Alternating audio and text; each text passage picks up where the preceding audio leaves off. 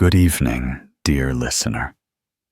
Or perhaps good early morning, depending on when the sheep stopped making noise. Tonight, we embark on a journey so gently uneventful, it may lull even the most caffeinated brain into sleep. We're headed to the Middle Ages, not the glamorous parts with banquets and battle horns, but the quiet, fog-scented corner of a village where someone like you might wake up, stretch, and immediately wonder if you're presentable enough to be ignored politely. You are not royalty. That's important. You have no tiara, no family crest, and certainly no servants. You are at best mildly regarded by the cooper, and once invited to hold a goose for a painting. Your name might be Marjorie or Thomas, but it also might not matter. What matters on this particular morning is that you are awake and expected to look somewhere between humble and hygienically neutral. Your sleeping area somewhere between a nest and a hay experiment offers little comfort. You roll over, brushing a few stubborn oat husks off your face, and sit up slowly so as not to alarm the mouse that has apparently taken up tenancy near your left foot. There is no mirror. There never was. The idea of staring at your own reflection for fun hasn't caught on yet, mostly because glass is rare, and the last person who tried it said it made them see ghosts. Instead, you perform the customary face check by touch. Eyes, both there. Nose, solid. Medium-sized, mostly centered. Cheeks, roughly the same width as yesterday. You smile briefly, then stop remembering that too much smiling might be mistaken for madness or secret wealth. A neutral expression is safest. Beauty here is less about looking good and more about looking like you haven't been out in the sun long enough to become toast-colored. Pale skin is in highly prized because it suggests you don't spend your life digging, hauling, or standing next to fires. You, of course, do all of those things, but no one needs to know. So you reach for a handful of flour. Yes, actual flour. The same kind used for bread. You pat a bit gently onto your cheeks and forehead. It sticks unevenly, giving you the look of someone who fell asleep on a baking tray, but it helps. Your hair is handled next. It's the kind of hair that defies ambition, but you do your best. You tug a wooden comb through it, counting the twigs as they emerge. Rosemary water is said to help, but that's a luxury item, like salt or privacy. You make do with last night's rain, caught in a cracked bowl that also serves as your washing basin cup, and on occasion, soup dispenser. Your clothes are already chosen. You own 2 outfits, and one of them is still damp from yesterday's cabbage accident. So you put on your dry tunic, which is mostly one color now. You lace it up carefully, hoping the neatness will distract from the faint scent of goat. Presentation is everything. You tuck in a stray thread and exhale through your nose, which is how people sigh here. Outside, the village is waking up. You hear the familiar rhythm of a blacksmith hammering at something metallic and uncooperative. In the distance, someone is already coughing. A good sign, it means the baker is up, and the bread may not be burnt yet. You step outside into a world that values quiet dignity and functional knees. On the way to the well, you pass the mayor's niece, who has recently taken to drawing faint blue veins on her arms to suggest she's of noble birth. It's all the rage you hear, though you're not quite sure where these rages begin or end. She nods at you, the kind of nod that says, "I am aware you exist, and I neither approve nor disapprove." You return the gesture with similar ambiguity. Social success. You walk on, trying not to trip on any poultry. Beauty, as it turns out, is mostly posture powder, and remembering not to appear too interested in anything. You remind yourself not to laugh, not to frown, and above all, not to look too hopeful. Hopefulness can lead to expectations, and that's very stressful. And that is how your morning begins. Gently, with flour on your cheeks and a quiet prayer that your hair doesn't look like a field dispute. No one will write a poem about you, but that's quite all right. You have clean-ish hands, a symmetrical nose, and a tunic that only smells slightly fermented. That's enough for now. Go ahead, close your eyes. The rest of the day can wait. You make your way toward the well, with a pace that suggests confidence, but only the kind that comes from knowing precisely how long it takes for a chicken to cross your path. The flour on your cheeks is beginning to flake slightly, and you are painfully aware that any breeze stronger than a sigh may undo your hard work. Still, you press on, practicing the kind of expression that medieval villagers prefer, subtle concern tinged with vague disinterest. The road is mostly mud, with the occasional footprint preserved like ancient fossils, some human, some pig one, definitely from the tanner's goat, who enjoys disrupting foot traffic. As you walk, you spot old Bertram airing out his beard in the morning light. He nods solemnly in your direction, though his eyes remain focused on a cabbage that has rolled mysteriously into the ditch.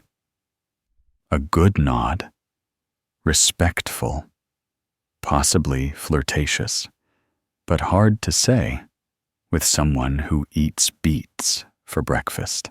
You acknowledge him with a slight shoulder tilt, the kind that says, "I see you, but I'm also deeply interested in this clump of weeds nearby."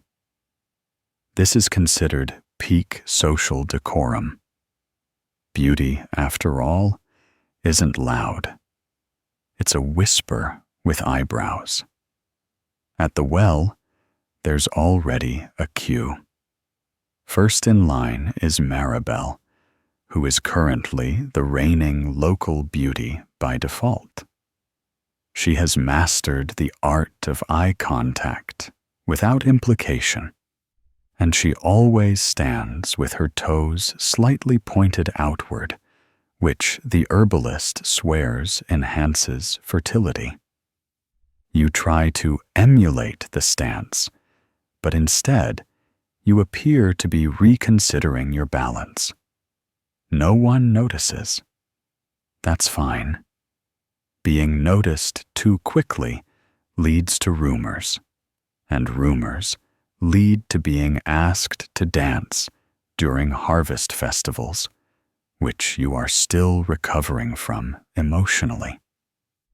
The bucket creaks as it descends into the well. You examine your reflection in the water, briefly, not for vanity, but to make sure you don't have flour in your nostrils again. A subtle shift in the ripples makes your nose look regal.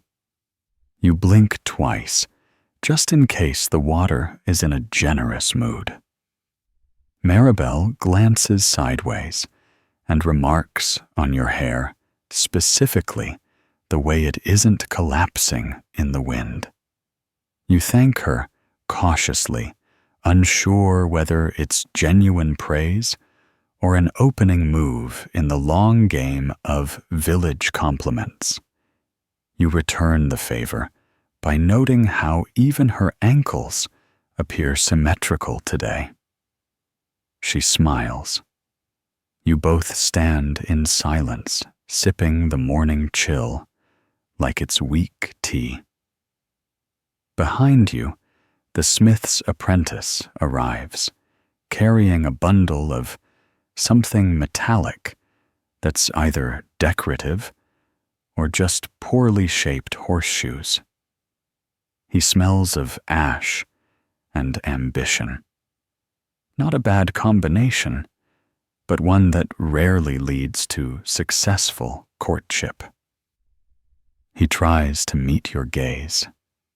You look briefly at a passing cloud instead. The signal is clear. Today is for water, not flirting. The walk back is slightly more eventful, as a group of children is attempting to chase a goose away from the church steps. The goose, as expected, is winning. You sidestep the fray, adjusting your tunic slightly to suggest composure. Goose-related stains are considered unfortunate, but forgivable depending on placement. As you pass the baker's window, the scent of rising dough drifts into your nose, mingling with the distant hint of livestock and whatever the thatcher has been fermenting this week. You feel a quiet satisfaction. This, they say, is the scent of survival. You take a small detour toward the field path, not because it's shorter, but because the breeze there is kinder to your flower. Along the way, you spot a patch of chamomile, and consider for a moment whether rubbing it on your sleeves might add a touch of elegance. You decide against it. Elegance has been known to invite questions, and you're not in the mood to explain yourself to the cooper's inquisitive niece. She once asked someone why they blink so often. They moved to another village. As you near home, you're greeted by your cousin Edwin, who has recently declared himself a collector of fine rocks. He shows you a particularly smooth one, shaped vaguely like a bean. You nod solemnly. He beams. The exchange is simple, quiet, oddly beautiful. There is no need for grandeur. In this world, a well-timed nod is worth more than a sonnet. Back in your doorway, you set the water down and pause. The sun is climbing gently now, painting everything in that pale gold that makes even turnip fields look philosophical. You consider stepping inside, but hesitate. Today is market day, and you've managed to achieve a rare balance of cleanliness, symmetry, and deliberate blandness. It would be a waste to hide it, so instead, you gather your cloak, the thinner one, which wrinkles in noble-looking ways, and head slowly toward the village green, where the day's true test of medieval attractiveness awaits in the form of pickled fish, public bartering, and the possibility of seeing what the Baron's cousin is wearing on her head this time. The village green is already in motion. By the time you arrive, its damp soil just beginning to dry under the supervision of a cautious sun. There's a light mist still clinging to the hedges, the sort that makes everything look slightly more poetic than it deserves. You tread carefully, avoiding the soft patches where yesterday's sheep procession left behind opinions in the form of hoof prints and faint aromas. Your cloak flutters just enough to suggest casual movement, but not enough to suggest drama. That's important. Entering the market too quickly could make you seem overeager, and eagerness in medieval social contexts often reads as desperation or excessive ambition, both undesirable traits unless you're applying for sainthood. The green itself is buzzing with a quiet sort of commerce. Stalls are arranged in no particular order, offering everything from herbs that cure either colds or romantic stubbornness to shoes made of questionable leather, possibly repurposed from former shoes. You pass the honey cart where Beatrix is already loudly explaining that her bees are emotionally healthier than most local livestock, and thus the honey contains fewer arguments. You nod to her politely, though her bees once swarmed your cousin Oswin, and he hasn't quite forgiven you for not swatting fast enough. On your left, a long wooden table holds rows of pickled items, cabbage onions, fish, something labeled simply mystery, which is either a regional joke or a dangerous dare. The woman behind the table is Mistress Endelin, known for her ability to pickle anything and her complete lack of facial expression. She greets you with the same tone she uses for tax collectors and traveling minstrels. Fish today's fresh. Well, freshly pickled. You consider purchasing a small jar, not for consumption, but as a kind of social offering. The pickled fish in its cloudy brine seems to watch you as you make your decision. You nod solemnly, and she wraps it in parchment so stiff It could be used as roof reinforcement. You place it gently in your bag alongside a handful of chamomile and a very small decorative spoon you didn't plan to buy, but felt oddly judged by. You drift further into the heart of the green, where the stalls are more decorative. Here, the merchant from the next village over is selling ribbons made from fabric so thin they seem more conceptual than practical.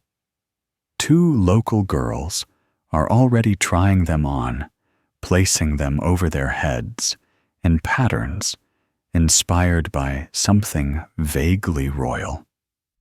One of them adjusts hers 3 times, each time glancing toward a boy near the herb stall, who pretends to inspect a root, but is clearly tracking the ribbons with careful awe. You pass them, slowly offering a glance that suggests mild approval, and also that you yourself are above such displays. This is important because status here isn't just what you wear, it's how unaware you appear of wearing it. You reach the woolens table where bolts of coarse cloth lie folded with a kind of weary dignity. The merchant here is known simply as Matron Gunilda. She's wrapped in a shawl that may actually predate the concept of weather. Her eyes narrow as she sees you, not suspiciously, just measuring. She reaches under the table and pulls out a single tunic. This, she says, is barley dyed. Looks like nothing, which is exactly what they wear at court now. You lift the edge. It is indeed a strange shade, somewhere between oatmeal and forgotten laundry. Perfect. You exchange 3 silver buttons and a favor involving sheep watching for it. The trade is fair by local standards. The tunic joins your bundle, and you feel for a moment slightly upgraded, not transformed, just elevated enough that someone might say you looked settled. The highest compliment in town. A bell rings in the distance. It's not urgent, just the kind of bell that lets you know the day is past its midpoint and that someone's bread is probably burning. You take this as your cue to sit on the edge of the green, near the wooden bench that lists to one side, like it's tired of hosting knees. You settle in carefully, arranging your items around you in a way that says, yes, I went to market without shouting it. The Baron's cousin is nearby. She's wearing something tall on her head. Again, possibly a folded pastry, possibly just hat ambition. She's speaking to the apothecary in a voice designed to carry just far enough for listeners to marvel at her knowledge of imported soaps. You pretend not to hear her while listening very intently. It's important to be informed in case she starts a trend involving mint-scented forehead balm or beeswax cheek polish. As you sit, several others join the bench, forming a kind of accidental council of vaguely interesting people.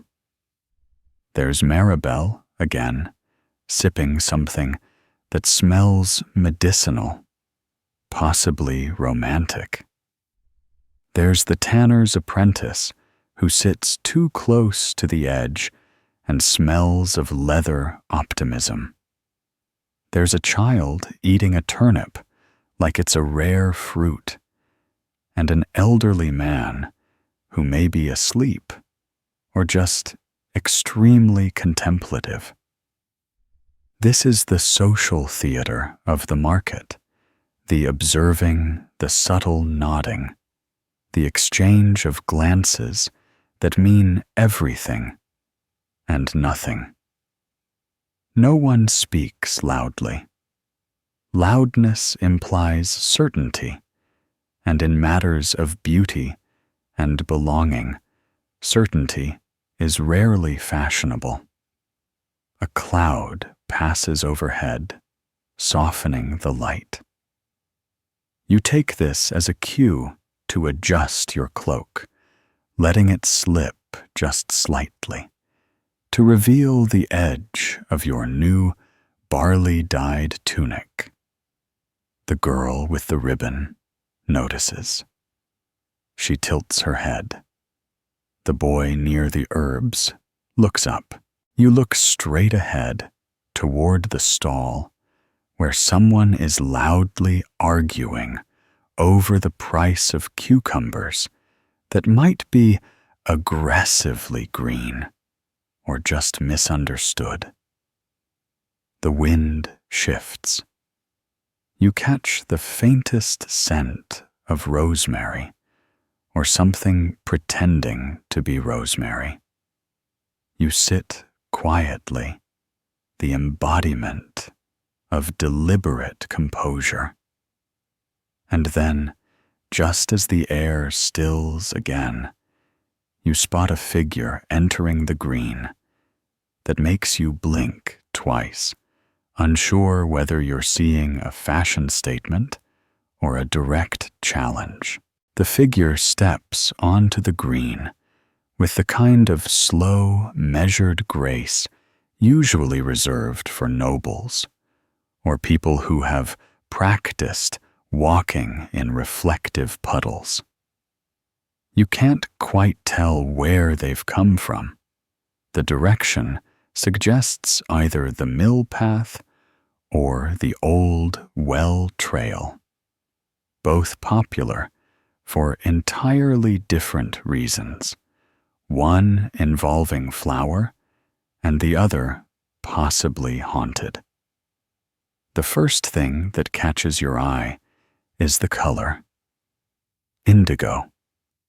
Deep, bold, unapologetic. A shade not seen on this green since the Baron's sister wore a violet scarf that accidentally declared her engaged to a merchant. This indigo isn't just fabric. It's a statement. The tunic is crisp, almost unnecessarily tailored, with sleeves that dare to gather at the wrists in soft, suspicious pleats. The hemline falls precisely mid-calf, long enough to imply dignity, short enough to show movement. The belt is knotted loosely, a gesture that says, "I tied this myself," while clearly having been tied by someone with a very formal understanding of knots. Their boots are also polished, which you didn't think was possible anymore.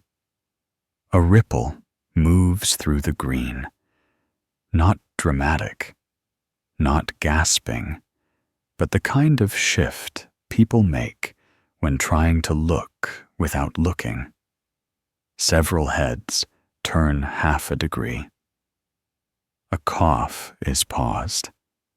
Maribel blinks a little faster. Even Mistress Endelin, who hasn't adjusted her posture since 1347, sits up slightly and stops polishing her pickles. You watch, careful to maintain your own composure. Interest is fine. Curiosity is allowable. Enthusiasm would be a disaster. The indigo figure pauses by the edge of the herb stall, exchanging a few words with the apothecary, who gestures toward his jars like they're family members he's not particularly close with.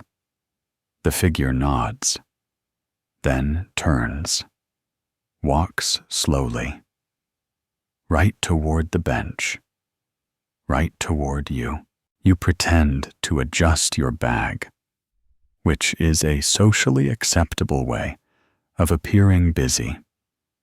The child with the turnip drops it in anticipation.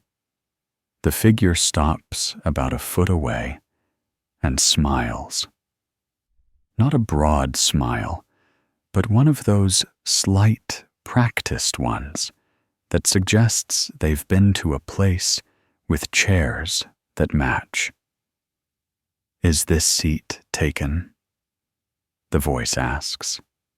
Smooth, neutral accent. Could be local, could be not. You glance at the empty spot beside you, which smells faintly of wax and whatever the tanner uses to hide his mistakes. You nod once, the kind of nod that means yes, no, and what are you wearing? And how dare you all at once? The figure sits, not clumsily, not theatrically, just neatly. The bench creaks softly, but holds. The others on the bench shuffle slightly, as if recalibrating their own existence in relation to this new presence. Even the ribbon girl stops adjusting her curls and tries to see her own reflection in a polished spoon. You are now seated beside someone who wears indigo on a weekday. You stare straight ahead, but your senses are very much aware. The scent is not local. It smells of crushed herbs and maybe soap that hasn't been boiled too long. They don't speak. You don't either. But silence in this context feels deliberate, not awkward. The Baron's cousin, from her perch near the pastry stall, narrows her eyes slightly, probably trying to calculate whether this person is a threat, a novelty, or a future anecdote. You hear her whisper something to the woman next to her, who drops her meat pie in surprise. The figure notices none of it, or pretends not to. Instead, they begin pulling something from their satchel. A small, flat parcel wrapped in cloth that's not indigo, but a soft cream, like the inside of a confident almond. They unwrap it with care. You try not to look, but peripheral vision betrays you. It's a mirror, not the kind made from a cracked pewter dish or a polished spoon. A real one, glass, framed in carved wood, with a small hinge, and something that might be an ivory clasp. You stare straight ahead so hard your eyes water slightly. The figure examines their reflection for a moment, adjusts a curl that didn't need adjusting, then snaps the mirror shut with a sound so soft it echoes anyway. No one says anything. Even the goose, who usually honks at anything shinier than a rock, remains suspiciously quiet.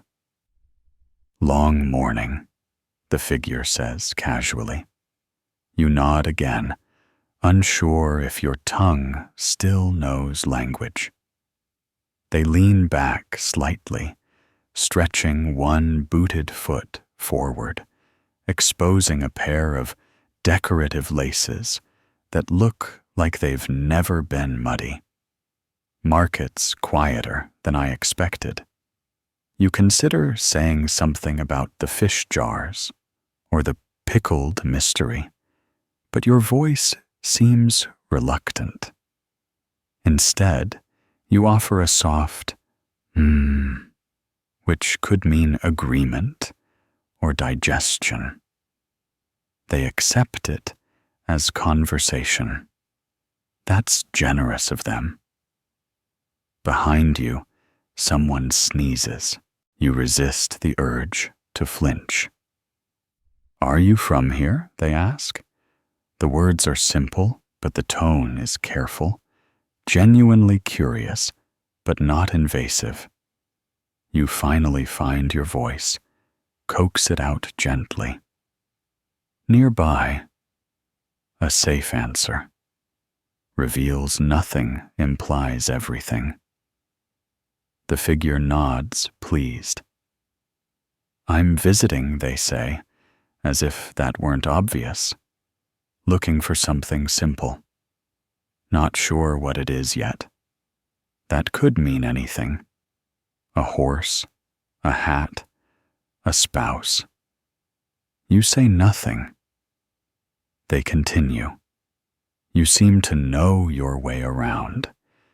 It's not a compliment, exactly. More like a question, wearing a compliment's clothes. You shrug. Shrugging in this context communicates a lifetime of geographic competence without confirming where your goats sleep. The ribbon girl passes by again, circling the bench for the third time. Her hair has been restructured into something that might collapse if exposed to breeze. You don't blame her. In this moment, it seems like everyone on the green is either circling or calculating, and you're sitting still. Next to Indigo. The figure leans in slightly. Not close, but enough for you to notice. Their next words were not meant for the entire bench. Do you know, they say softly, where one might find barley-dyed wool? You don't answer immediately. Not because you don't know, but because answering too quickly would reveal that you're far too familiar with the trade routes of subtle textiles.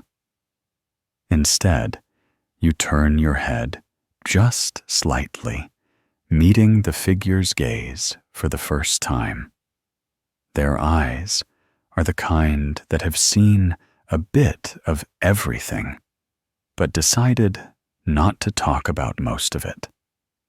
You consider your words carefully, allowing a modest pause to settle in before replying. Matron, Gunilda, you say at last, voice, quiet but sure. She sells cloth behind the bread stall. Doesn't advertise the barley dyed. You have to ask. The figure nods as though you've just revealed the location of something both secret and sacred. Barley dye, they murmur, testing the phrase like a spoonful of unfamiliar jam. Looks like nothing. Which, of course, is everything.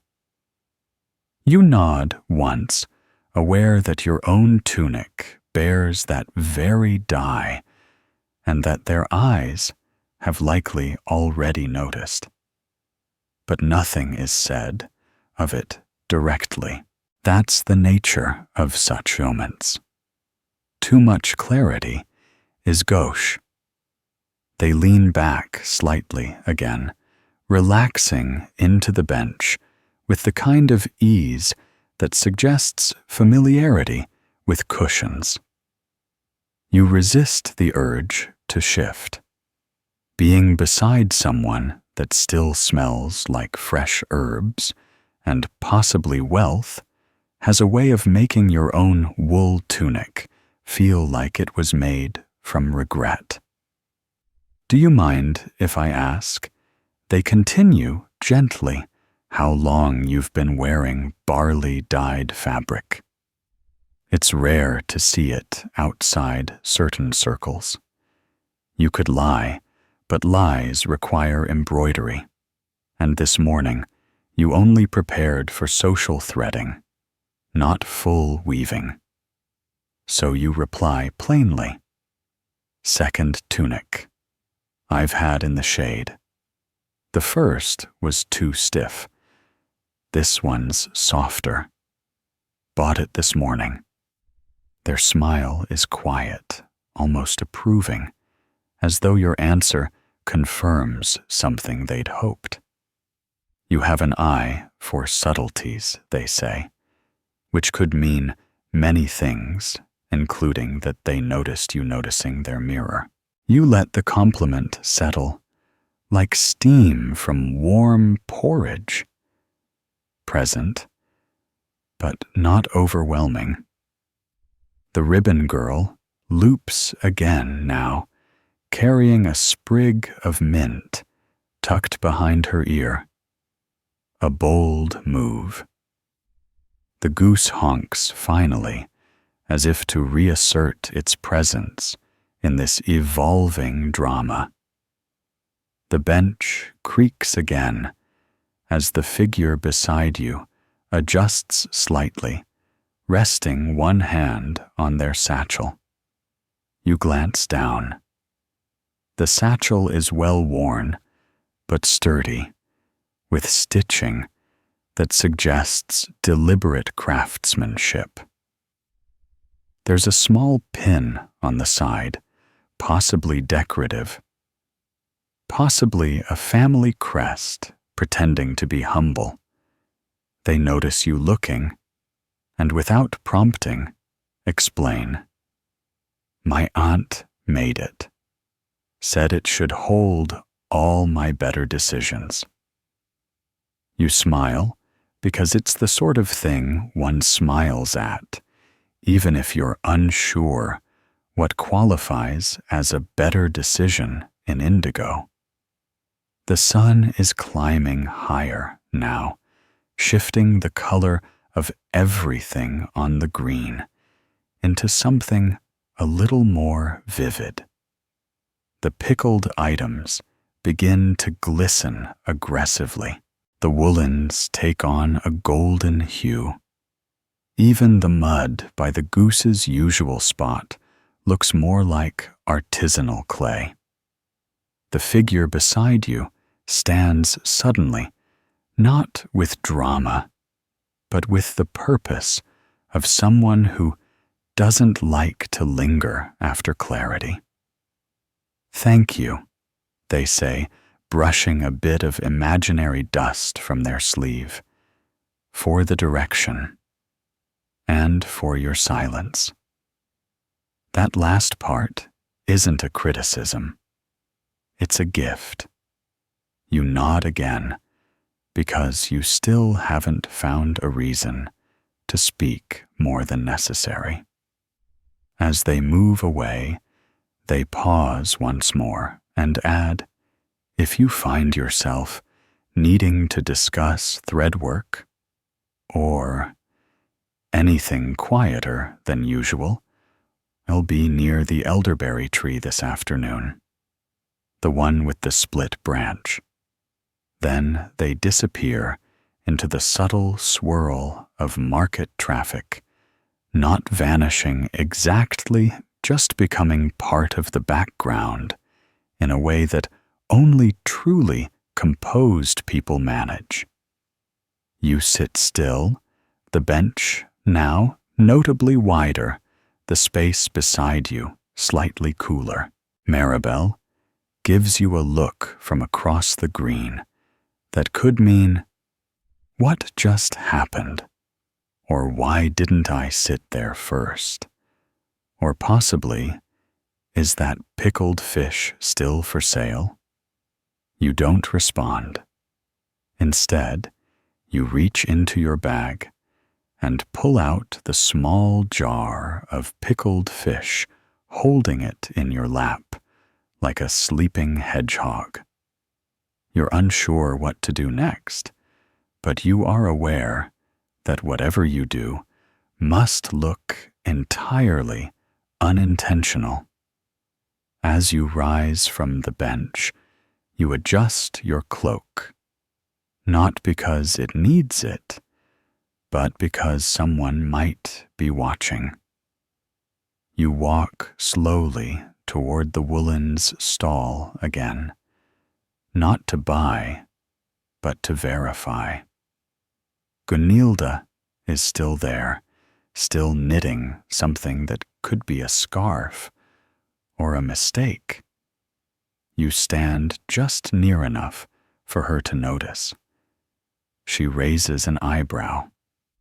"Don't tell me you already stained it," she says, flatly eyeing your tunic. You shake your head. "No." "Someone asked about the dye. Someone in indigo." Her expression shifts just a little. "Did they mention who they were?" You shake your head again. "Only asked about you.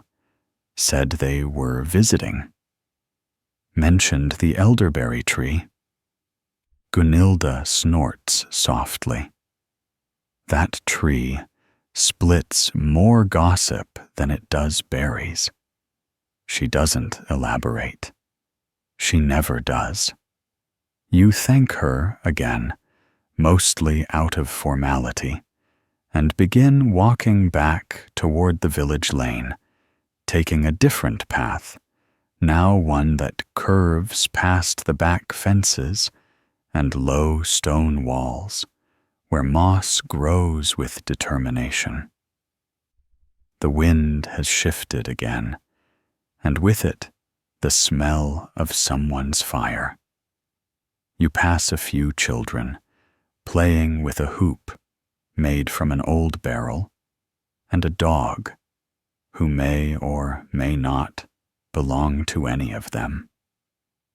You walk slowly, thinking not about beauty or pickled fish, or even the practical implications of owning a mirror, but about color, about how something like indigo could slip through a quiet place like this and leave it stirred, not stormed. You round a bend and see the edge of the elderberry tree, its lopsided silhouette familiar and a little foreboding. The branch does indeed split just above eye level, forming a crude V against the sky. And under it, not quite hidden, but not quite visible, is a familiar glint of polished boot. The elderberry tree stands, as it always has, slightly crooked, thick-limbed and heavy, with leaves that rustle just enough to make you doubt whether the breeze is natural or opinionated. The split branch, now unmistakable with the sun casting a sharp line through it, stretches above like an arched eyebrow carved into bark. You approach with deliberate casualness, the kind that suggests you're just taking a thoughtful stroll, which happens to end near a tree that happens to shelter a boot. The boot itself doesn't move at first, simply gleams faintly beneath the dappled shade. Then the other appears, followed by a gentle lean forward of the indigo figure, now sitting cross-legged on a low stone, as if it had been placed there just for them, which, knowing this village, it probably hadn't. They look up when they hear your steps, but don't startle. Instead, they greet you with a small nod, familiar, now the kind that acknowledges shared knowledge rather than formal greeting. You respond with your own version, a tilt of the head that says you've arrived not out of curiosity, but because the market became temporarily uninteresting. They gesture lightly to the space beside them on the moss-covered stone, which you examine first for dampness, then accept. Sitting beside someone beneath a village tree is not inherently remarkable, but something about this moment insists it might be, or could be, if handled gently. For a long moment, there is silence, though not the kind that stretches awkwardly. It's the kind that fills itself with context, distant cartwheels on the road, the trill of a bird, contemplating either love or leftover crumbs, the soft snap of a twig under someone's distant foot. Then, finally, they speak. She told you, didn't she, Gunilda? About the dye, maybe about the tree.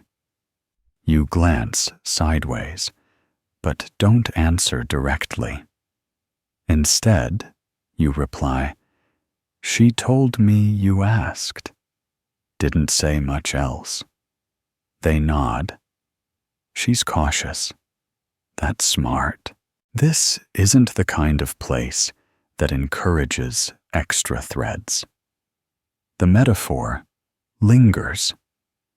You watch a bug crawl slowly across the moss between your shoes. You came looking for something, you say, after a pause. You said it wasn't clear what it was. They smile faintly. I said that, yes. But people rarely arrive without a reason, even if it's just instinct disguised as whim. You consider this unsure whether it applies to you as well.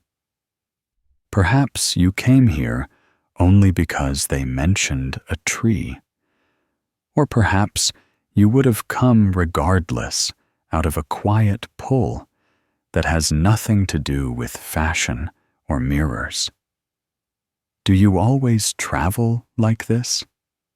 You ask, not entirely meaning to, but the question escapes with the kind of ease that suggests it's been waiting in your throat. They glance up at the tree, its branches twisted like thoughts mid-formation. Often they answer. Not always.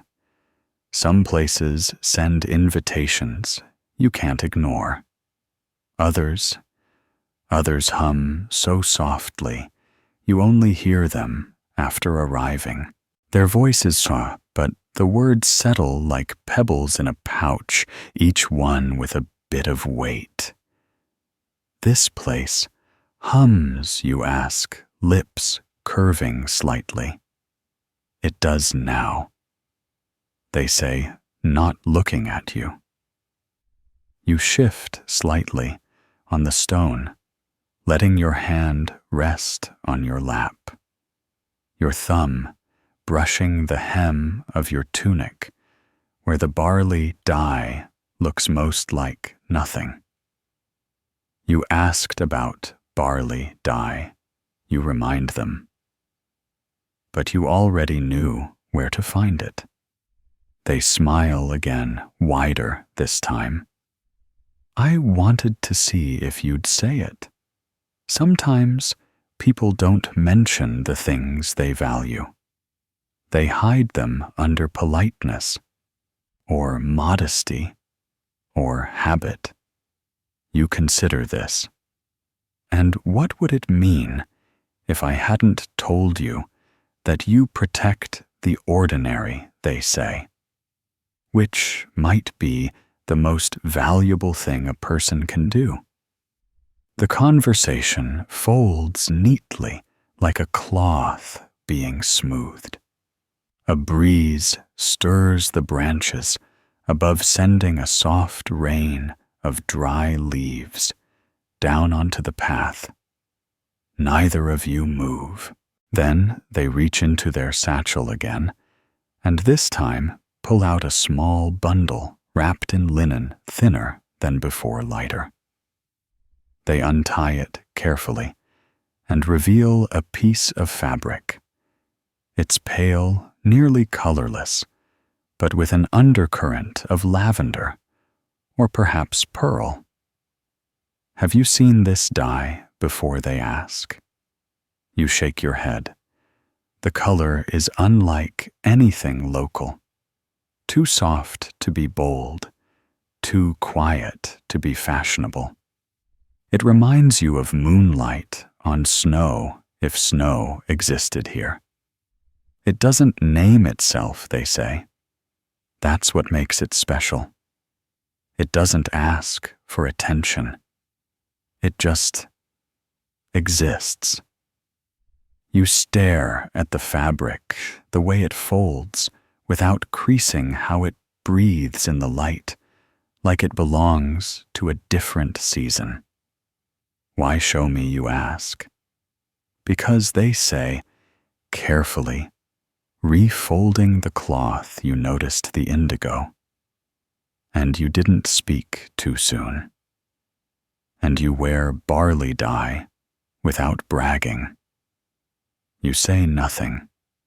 Words now would feel clumsy. They tuck the bundle back into the satchel. Would you come? They ask, voice. Lower now, if I asked you to see something. A place. It's not far. A day's walk, perhaps. 2, if you're easily distracted. Why me, you ask? And they seem genuinely thoughtful before answering. Because you didn't flinch when I said I was looking for something. And because most people walk past the elderberry tree without ever seeing the split.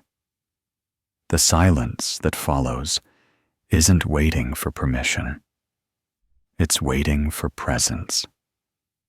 You look ahead past the bend in the path where the moss grows thicker and the ground begins to slope downward toward the marsh trail.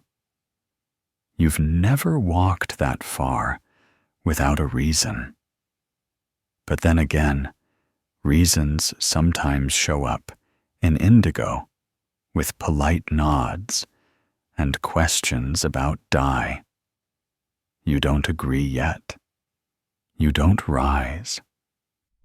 But your hand resting on your lap curls slightly, a signal in this quiet world that a decision is reaching its final stitch.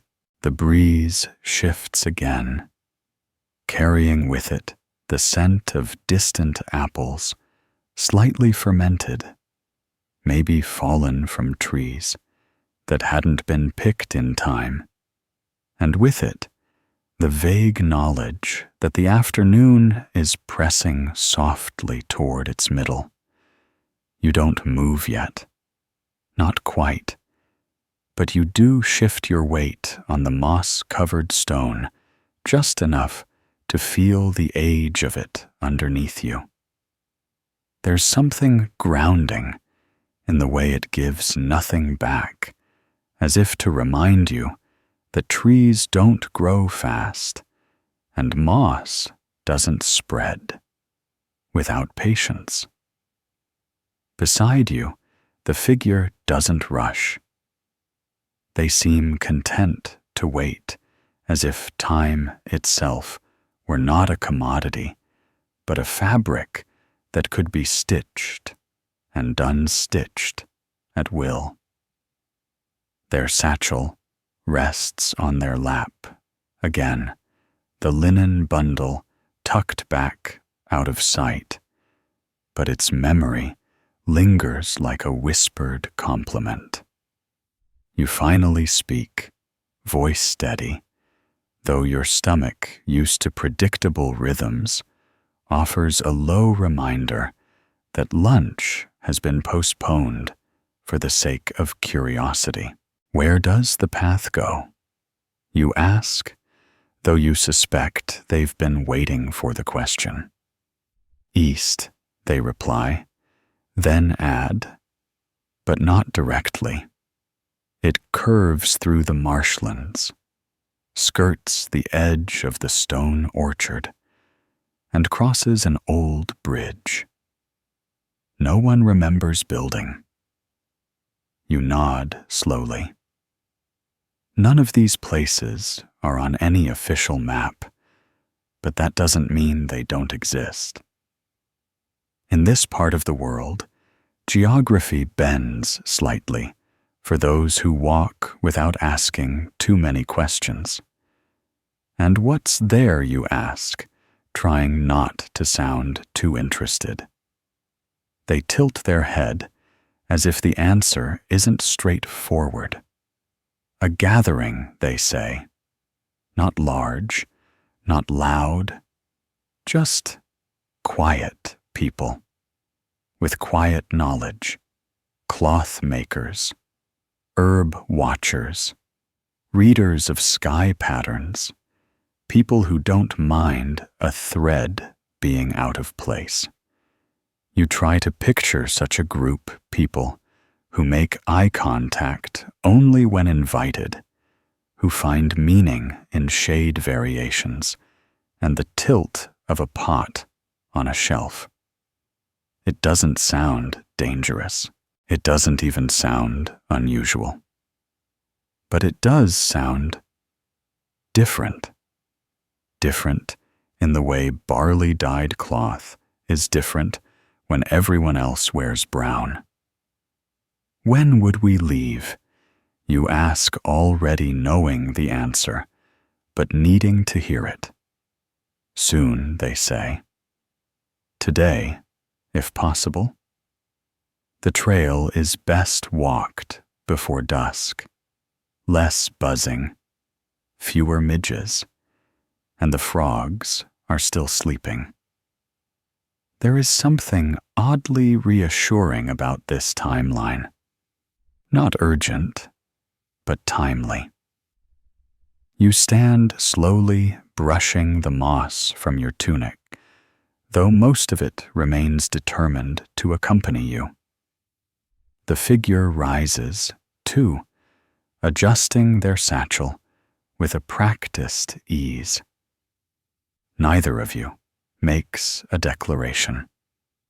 There is no proclamation of journey. Just two people beginning to walk, feet moving with the same rhythm that cows have when returning from pasture, unhurried but certain. The path away from the elderberry tree begins narrow, almost reluctant, bordered by nettles, and the occasional forget-me-not blooming out of season.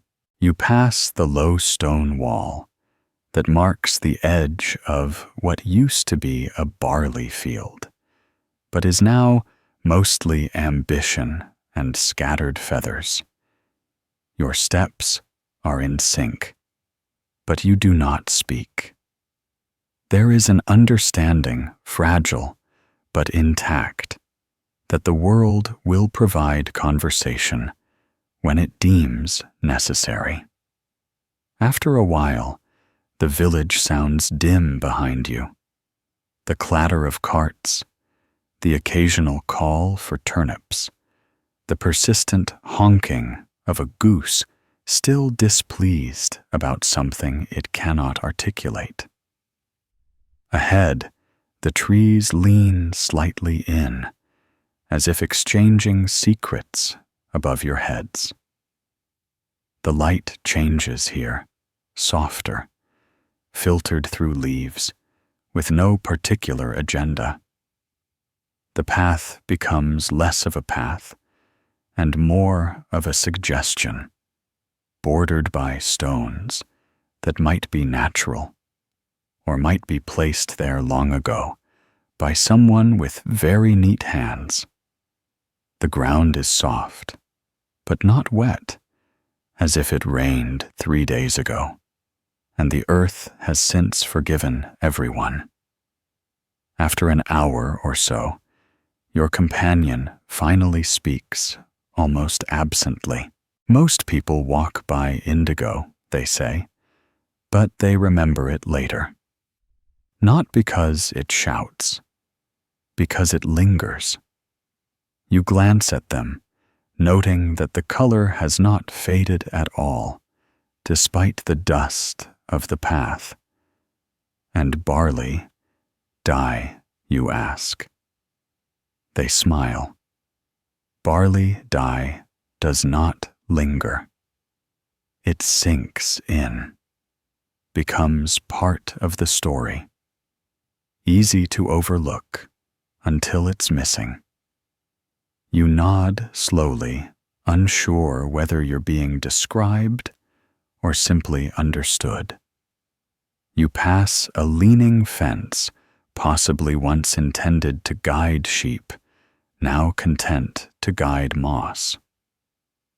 A squirrel dashes across the path, offended by your intrusion, but too lazy to escalate.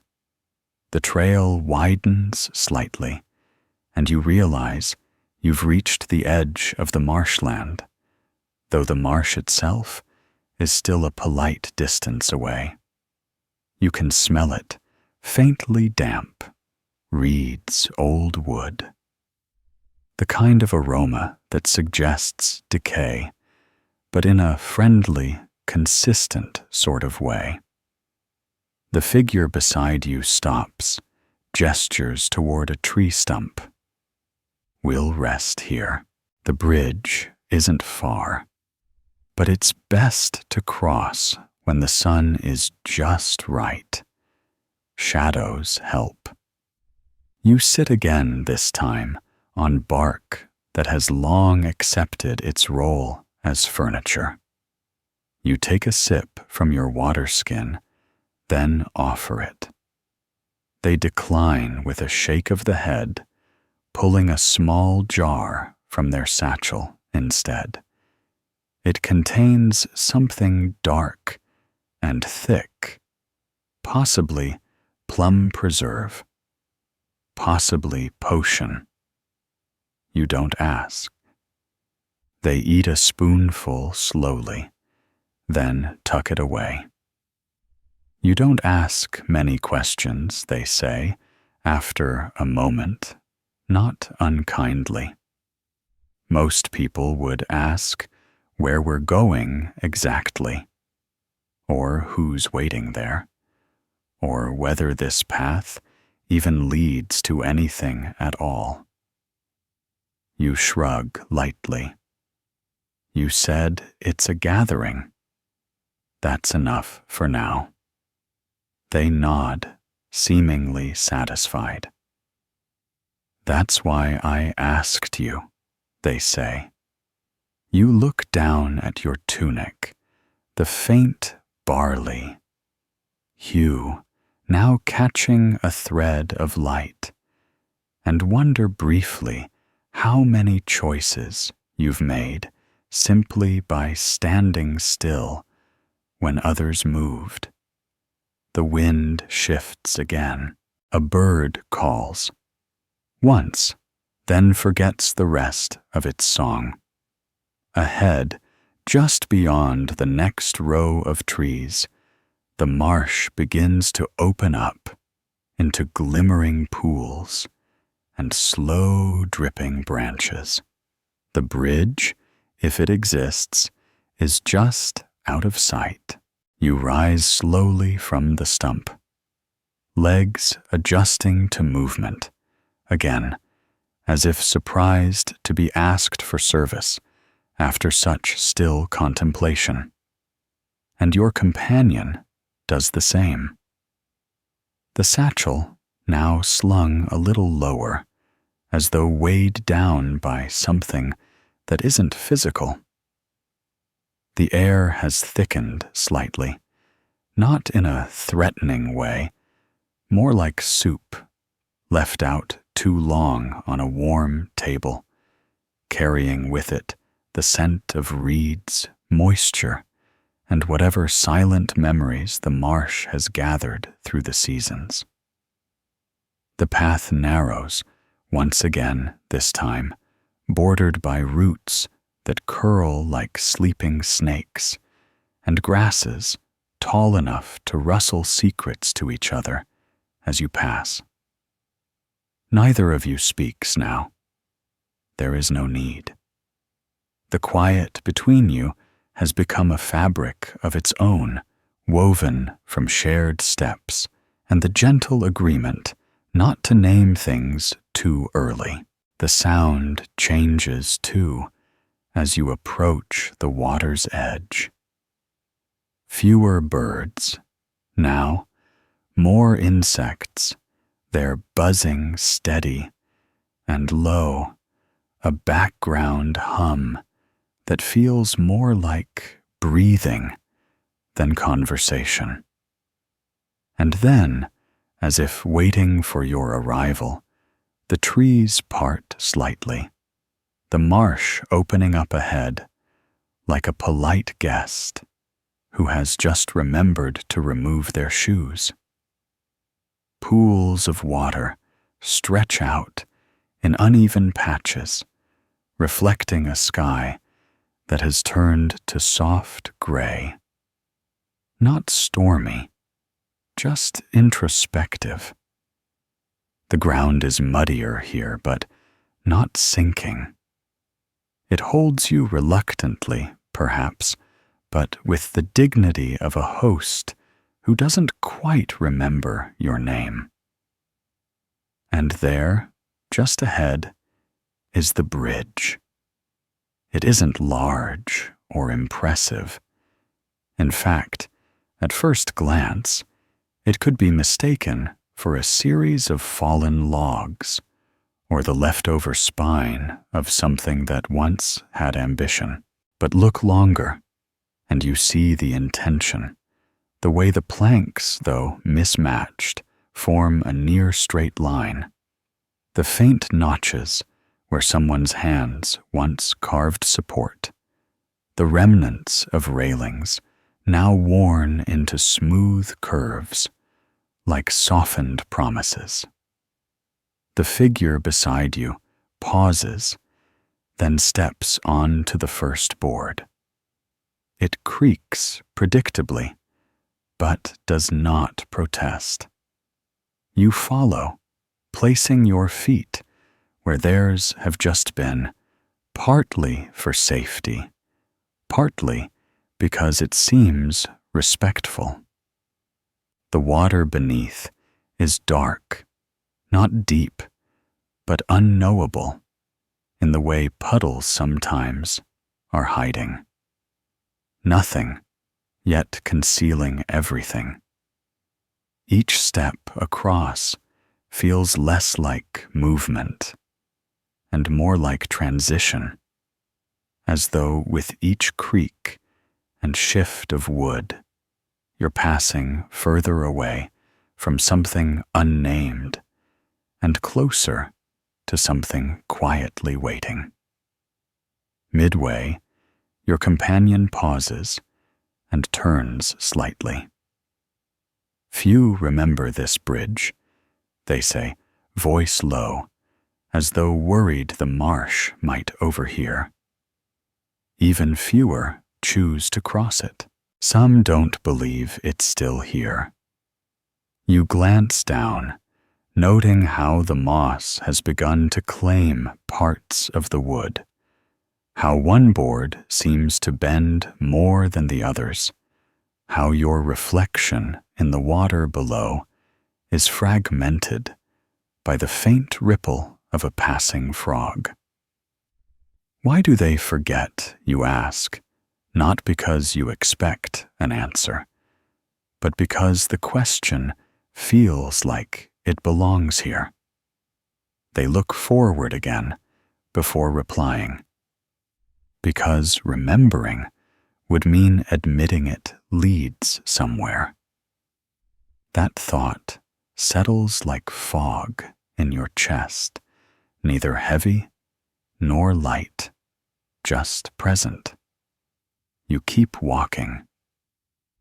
The end of the bridge is marked by two upright stones leaning slightly away from each other, as if having once argued and now agreed to a polite distance. Past them, the path resumes, though now it's more defined, less like an afterthought and more like an invitation. The ground is firmer, the air less damp, and the trees ahead curve inward to form a loose canopy that filters the light into soft columns. We're close, your companion says, not with excitement, but certainty. The orchard is just beyond this stretch. You nod, though the word orchard conjures images of neat rows and fruit-bearing limbs, neither of which seems likely in this tangle of soft dirt and old branches. Still, you walk on past a tangle of vines that seem to hum when brushed, and a fallen tree that smells faintly of iron. Eventually, the trees open again, not into a clearing, but into something gentler. The orchard, if that's what it is, doesn't announce itself. It simply exists slowly. Trees stand in loose groups, none in lines, their branches low and wide, bearing no fruit now, but holding leaves like quiet flags of presence. Underfoot, the ground is soft with old leaves, and the air smells of wood and something faintly sweet, like fruit that has dreamed of ripening and decided against it.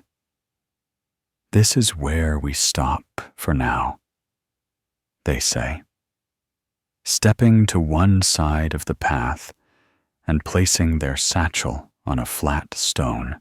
You follow, seating yourself on a nearby root that curves conveniently upward, as if used to backs and elbows.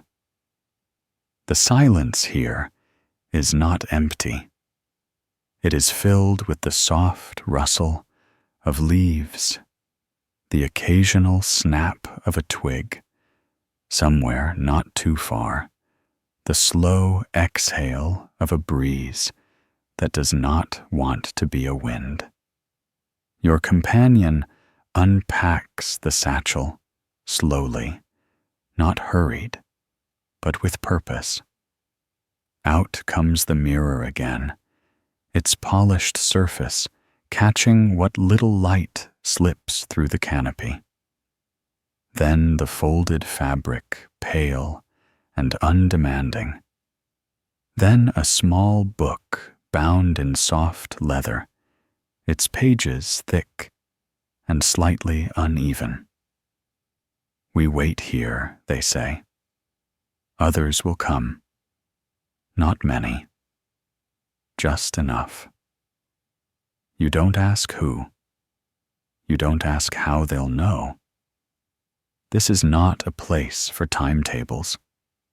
You sit back, letting the sounds of the orchard settle around you, the moss and bark, offering a kind of hospitality no innkeeper ever quite manages. Somewhere nearby, a bird tries a few notes of a song and then forgets the rest. A leaf falls without fanfare. And behind you, from the direction of the bridge, there is the faintest creak of wood, responding to footsteps, not your own. You do not turn around immediately. In this kind of place, the arrival of another does not demand the pageantry of greetings or startled glances.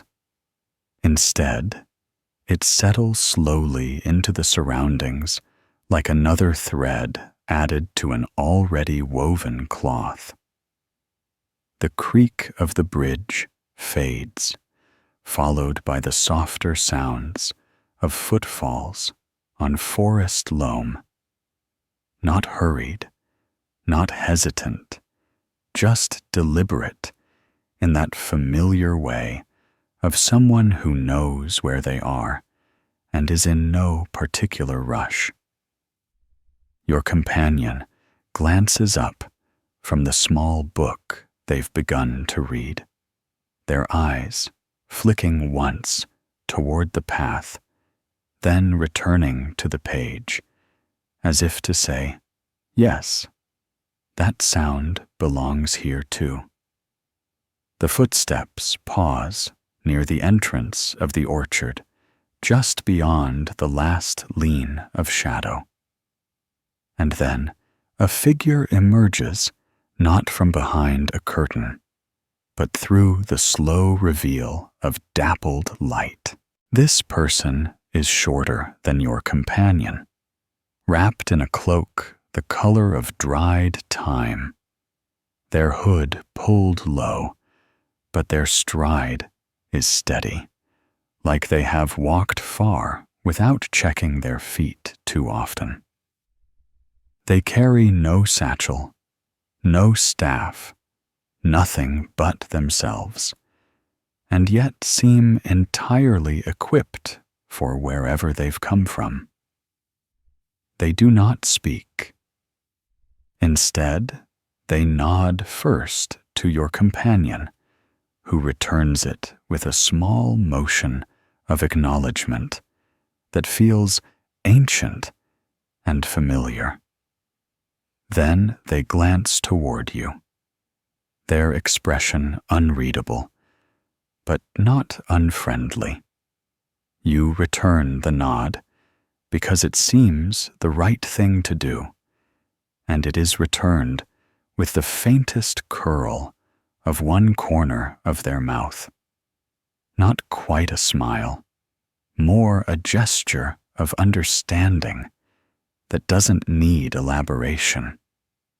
They choose a spot near a cluster of low stones, easing down onto one with the slow, efficient grace of someone who has done this before possibly many times.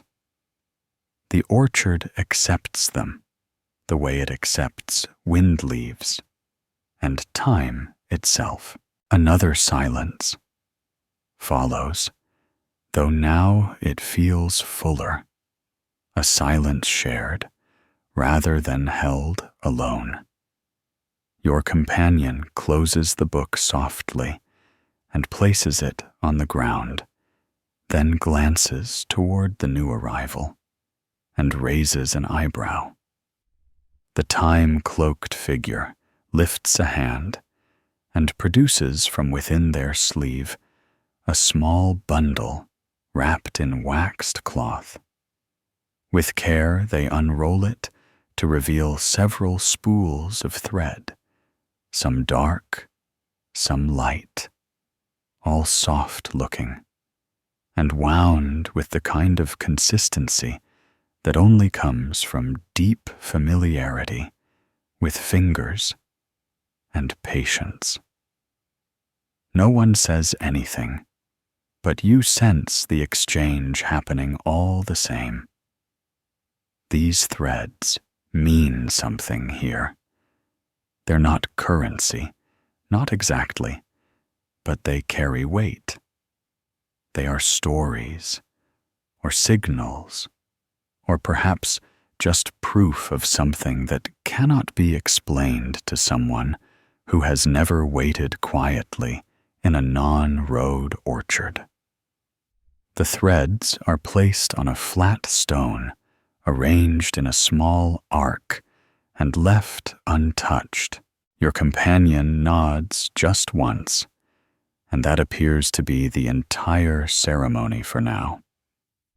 You look at the threads, their colors oddly familiar, earthy, muted, like seasons expressed in size. One is the color of old clay, another of washed linen, a third the precise tone of damp bark. You realize, without knowing why, that the colors are not chosen for beauty, but for memory. These are not dyes meant to catch the eye. They are meant to hold something much quieter. The wind picks up slightly, stirring the leaves again, and somewhere overhead, a cluster of birds takes off, flapping once, then gliding in a spiral, before vanishing into the sky beyond the orchard's reach. The time-cloaked figure pulls back their hood, at last revealing a face lined with time, but not weariness, the kind of face that looks like it has seen many things and spoken of only a few. They look to your companion, and then, very calmly, to you. First time they ask, their voice smooth and low, like the underside of a leaf. You nod. Words don't seem necessary. They don't press further. Instead, they lean back slightly, looking up into the branches as if they expect them to speak. Perhaps they will. This place listens, they say, after a long moment. Not like a person listens, like a well listens. Quiet, deep. Doesn't echo unless it needs to. You don't quite understand, but you don't need to. The feeling is enough. The orchard breathes with you now, each inhalation matched by the soft rustle of unseen things moving gently just beyond your line of sight. Another sound arrives, not footsteps this time, but a soft dragging, like cloth being pulled across moss. You glance toward the path and see a third figure emerging, their cloak a deep maroon, their steps uneven, but sure. They carry a large basket covered with a linen cloth embroidered with a simple stitch pattern, the kind you might find on the edge of a well-kept pillowcase or a curtain that's learned not to draw attention. This one does not speak either, just nods to everyone present, then sets the basket down and removes the cloth. Inside are small bundles, each tied with twine, and the faint scent of dried herbs escapes with the opening. Your companion rises, walks over, selects one of the bundles, and offers it to you without ceremony. You take it, unsure if it's meant to be eaten, worn, or planted. It feels warm, not in temperature, but in intention.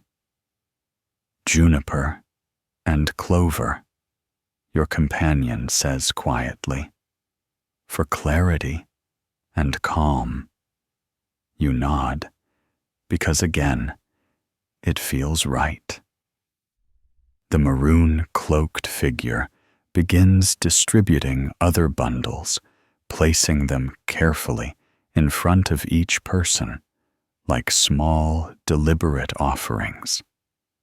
Then they, too, sit, legs crossed, eyes closed, as if waiting for something specific to begin. And perhaps something has begun, though not in the usual sense. There is no announcement, no sign, only a slow coalescing of presence. 4 people in a forgotten orchard beneath trees that never learned to grow in lines, surrounded by silence that feels like it has just begun to listen back. You hold the bundle in your hands, feeling its soft edges and the faint rustle of whatever is inside. And for a brief moment, you forget the path behind you entirely. Ahead, past the gentle rise of roots and leaves, the orchard continues folding into itself like a page waiting to be turned. You shift slightly on the curve of root you've claimed as a seat, the small bundle of juniper and clover resting in your lap like an unanswered question. Around you, the orchard remains hushed and unhurried, a place where time seems to walk on padded feet.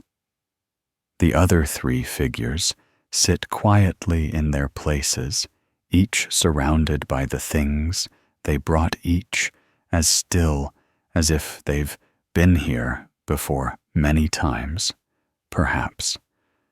Or maybe they simply know how to settle into silence with the grace of stones that have never moved far.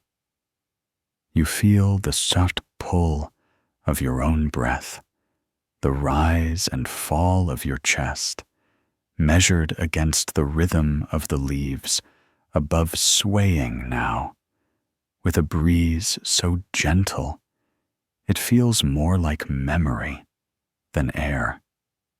Your companion, still cloaked in indigo, still watching, without watching, leans back on their hands, eyes half-lidded, as if waiting for a cue not yet delivered. There's no ceremony here, no declarations, just a waiting that fills the orchard with something thicker than quiet, something almost like expectation, but softer. The time-cloaked figure clears their throat, a small sound in the grand hush, and then speaks, not loudly, not with authority, but with the kind of voice used when you speak to a candle or a resting animal. We are 4 now, they say. That is the number the orchard allows today. No one questions this. Even you, who have only just arrived in this world of cloth and color and cautious conversation, feel the truth in it, not because you understand, but because nothing in the orchard has asked you to. The maroon-cloaked one nods once then opens a pouch from within their robe, removing 4 small stones, each smooth round, and just large enough to fill a palm. Without words, they pass one to each person, including you. The stone is warm, though it has no right to be, and rests easily in your hand, like it knows it belongs there. The time figure speaks again this time, with their eyes closed. We begin with thread, they say, not to bind, but to remind. Your companion opens their satchel once more and removes the pale cloth from earlier, placing it on the ground between you, all unfolding it slowly until it reveals its full shape, a square perhaps a bit larger than a scarf, but not as large as a tablecloth.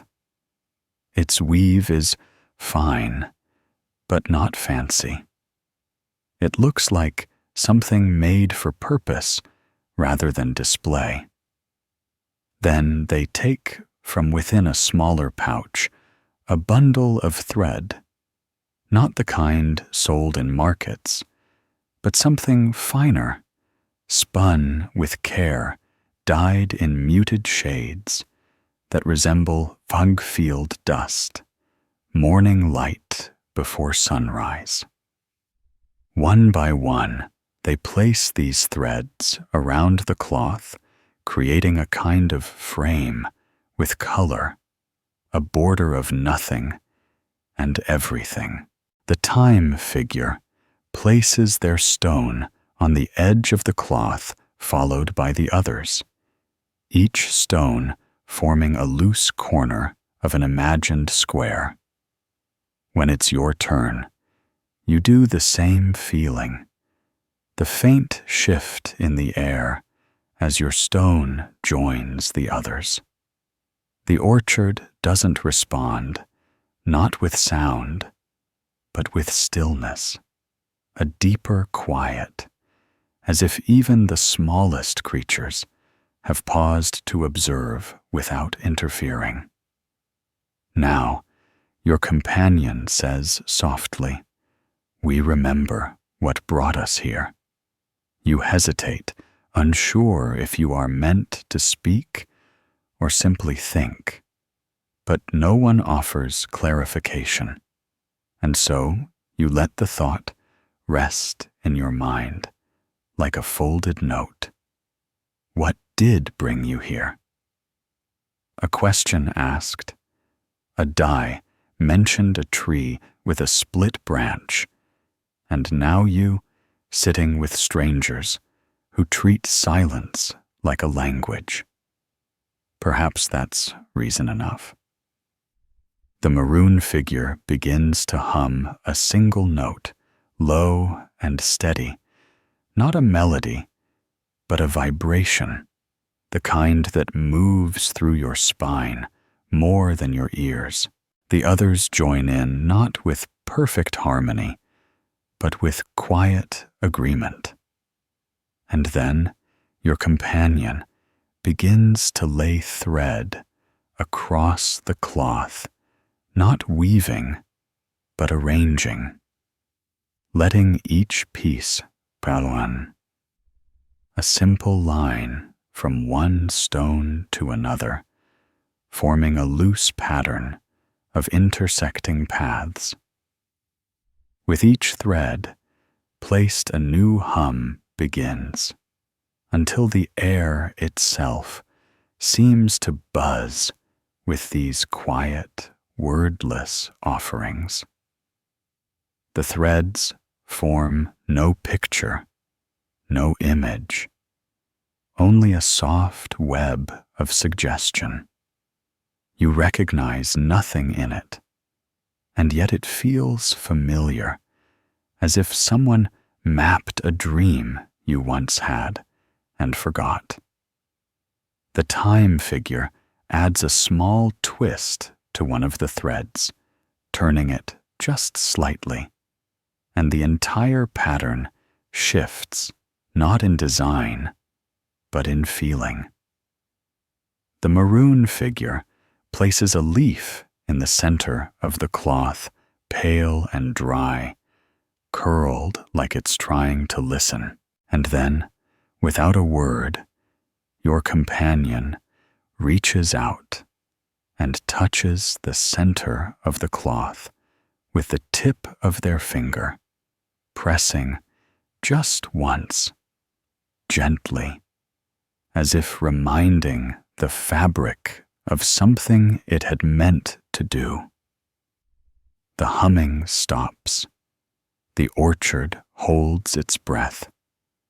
And you, still holding the small bundle of herbs and the warmth of the stone in your palm, feel something, not a change exactly, but a kind of unfolding inside you, quiet as a page turning in a windless room.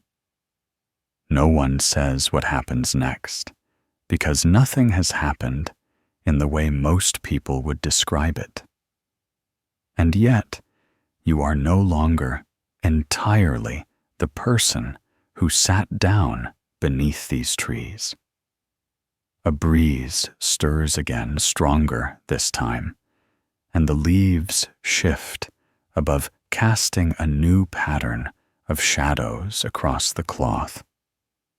The threads do not move, but they catch the light differently now, like secrets shifting just below the surface of understanding. The stones remain where they are, solid and unspeaking. The leaf in the center flutters once, then settles again. Your companion looks at you. Sometimes it takes a walk, they say quietly, to remember where you were already going. You nod slowly, unsure what you are agreeing to, but certain it is something worth following. The orchard seems to exhale, and far in the distance, just beyond the reach of tree and stone and cloth, you hear another set of footsteps begin to approach. The footsteps are unhurried, but definite, growing louder, not with insistence, but with certainty, the kind of sound that makes space for itself without asking. The orchard, which had moments ago seemed content with four, now listens again, this time with a kind of expectancy that's not exactly approval, but not resistance either. You look toward the path, the same one you walked not long ago, and watch as the figure emerges, tall, narrow-shouldered, wrapped in a long gray cloak that flutters slightly as they step into the dappled light. Their hood is down, revealing hair that might be silver or might just be reflecting the trees.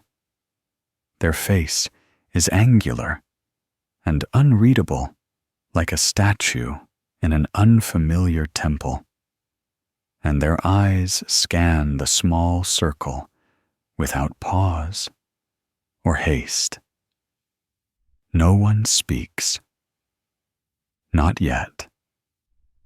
The figure stops a few paces from the edge of the cloth, where the four stones mark the corners of the fragile pattern that has been laid between you. They look at it, then at each of you, and then finally at the small, pale leaf still resting in the center. Without bowing or nodding or offering any other formal gesture, They lower themselves to the ground just beyond the arc of thread and quietly remove their gloves. Their hands are rougher than expected, the kind of hands that know bark and string and the hidden pulse of wet soil. From within their cloak, they withdraw a small pouch, more square than round, made of old wool, and stitched with a thread that nearly blends into its surface. They open it slowly, revealing something inside you can't quite see, and then pull out a tiny stone, dark and flecked with reddish lines. It's not the same as the others, neither smooth nor shaped, but something about it belongs.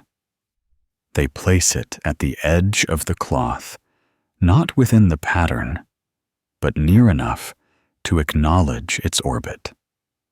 Then they sit back, legs folded beneath them, and wait. It's the maroon figure who speaks first, their voice soft but confident, as if reciting something remembered rather than invented.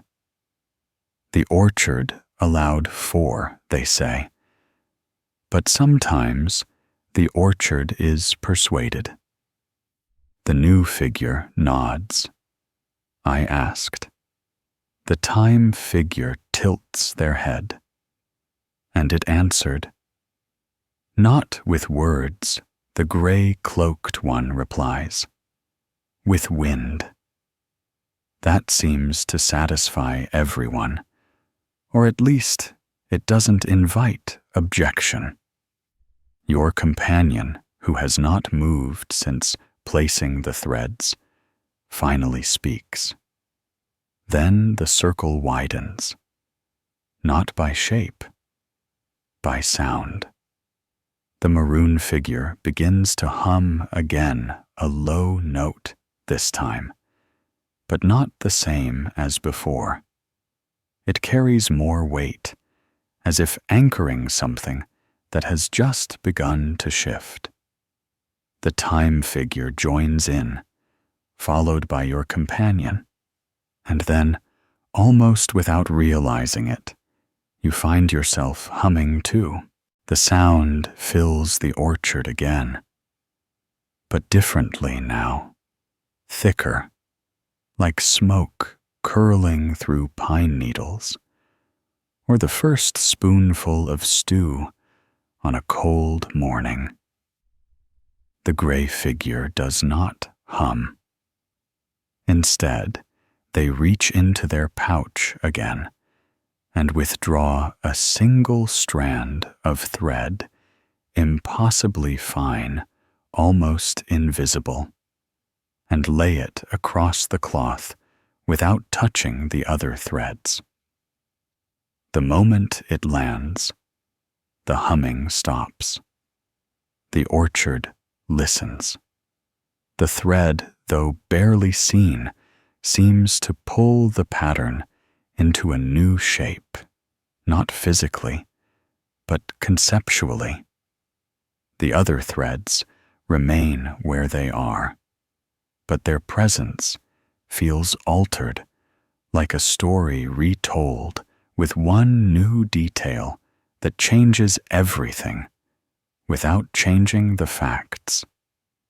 The maroon figure leans forward and breathes gently onto the leaf, causing it to curl slightly at the edges. Then, without speaking, they gather their threads and stones and begin to fold them back into their basket. The time figure does the same. Their motions practiced, reverent, but not ceremonial. Your companion touches the center of the cloth once more, and then rolls the fabric carefully, lifting the threads as if collecting whispers. You follow their example, gathering your stone and bundle, feeling suddenly as though you've just completed something important you didn't know you were doing. The gray figure waits until everyone else has stood before retrieving their own stone.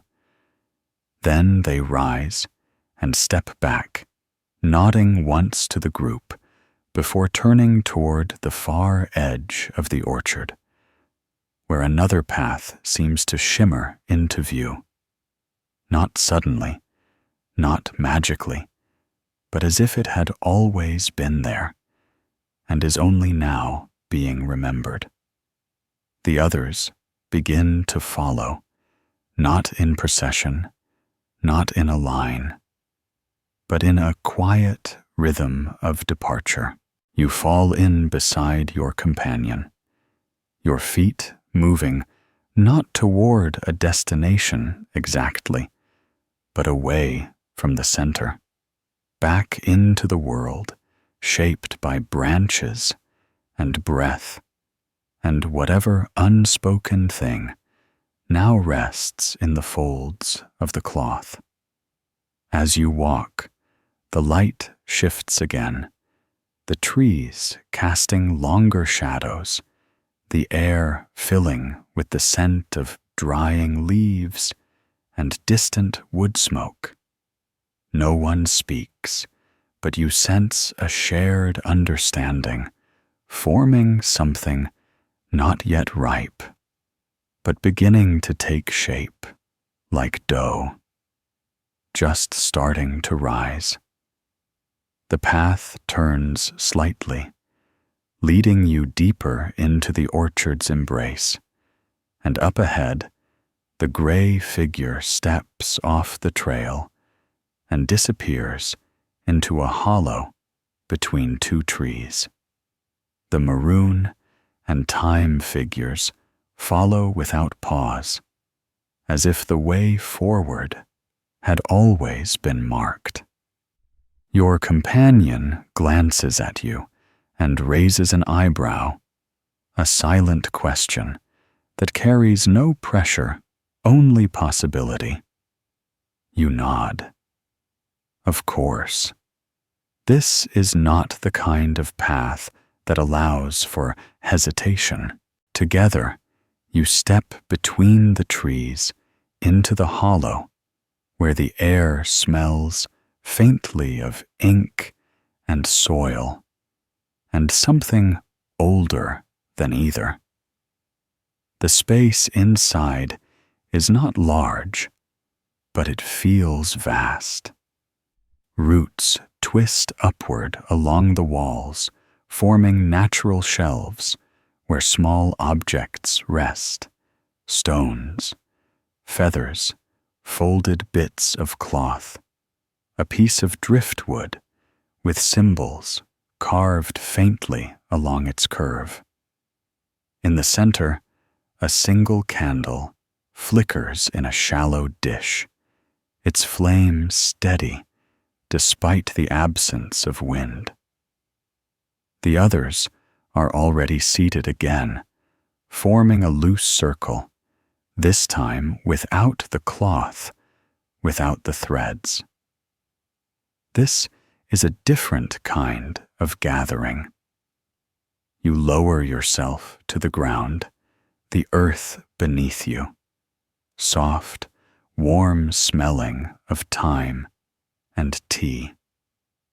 The gray figure looks around the circle, then speaks, voice deeper now, and full of something that feels like gravity.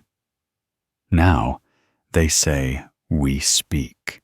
The gray figure's voice hangs in the hollow for a moment longer than it should, not because of echo, but because it finds its way into the air like a drop into calm water, sending out quiet ripples that touch everyone seated. No one rushes to fill the silence that follows. It's not a void to be feared, but a space that invites patience, like the pause between threads being tied off, or the moment before parchment accepts ink. You shift slightly where you sit, the ground beneath you, softened by time, and fallen leaves the candlelight flickering across the walls like shadows trying to remember how to dance. Around you, the others remain still, each of them alert in that particular way of people who listen with their whole posture.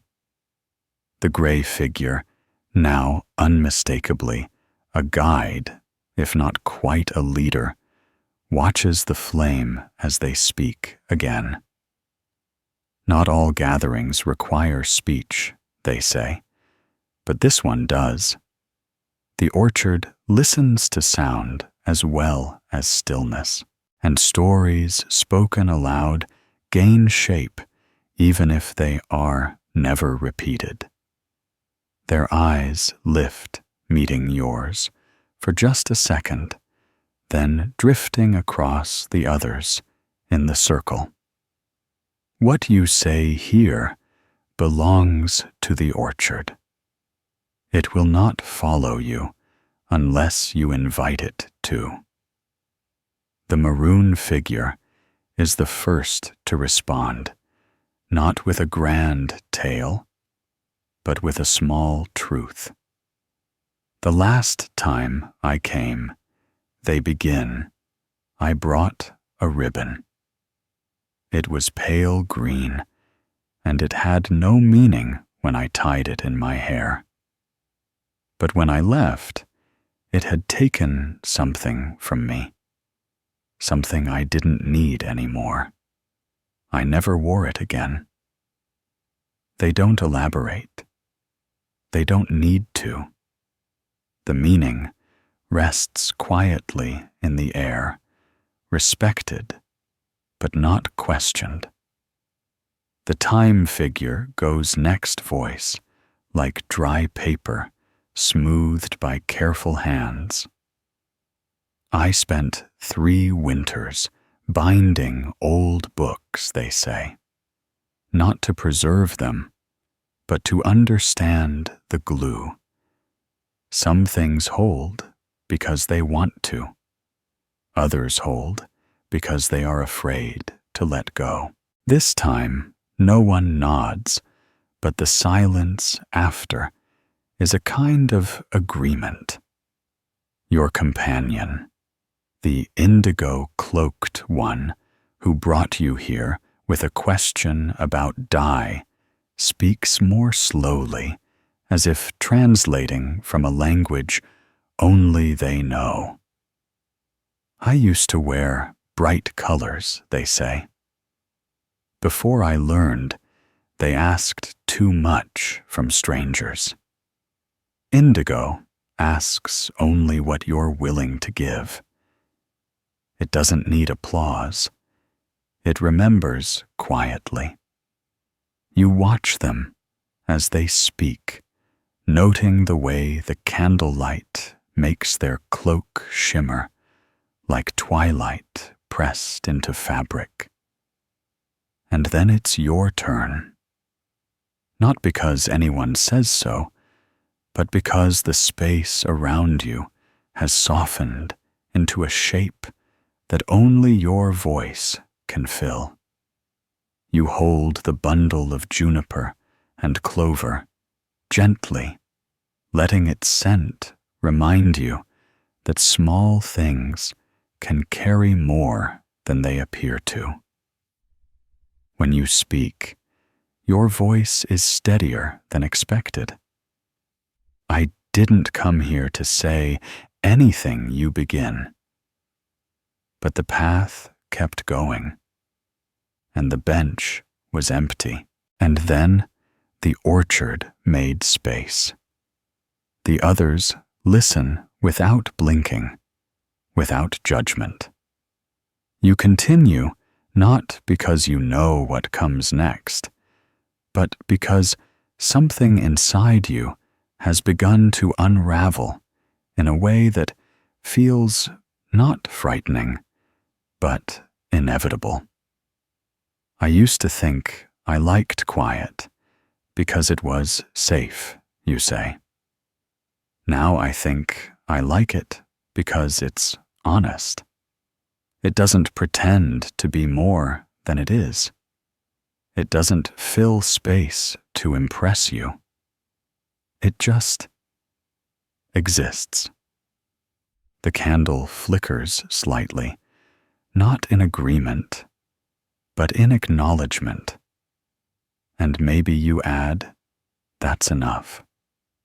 When you finish, no one speaks immediately.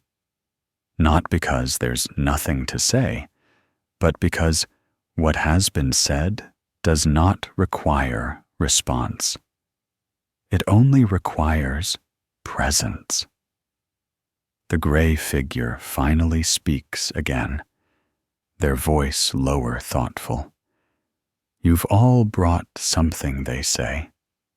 Threads, leaves, stone, words. Now the orchard will offer something in return, but only if you remain long enough to see it.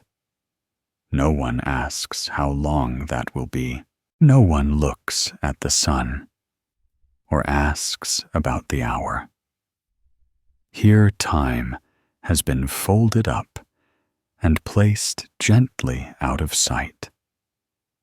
The candle begins to burn lower, its wick curling slightly as wax pools quietly beneath it. And somewhere outside the hollow, past the trees and the bending path, the wind shifts again, bringing with it a scent that's not entirely familiar, not unpleasant, just new. The gray figure looks toward the entrance of the hollow, where the roots give way to open earth.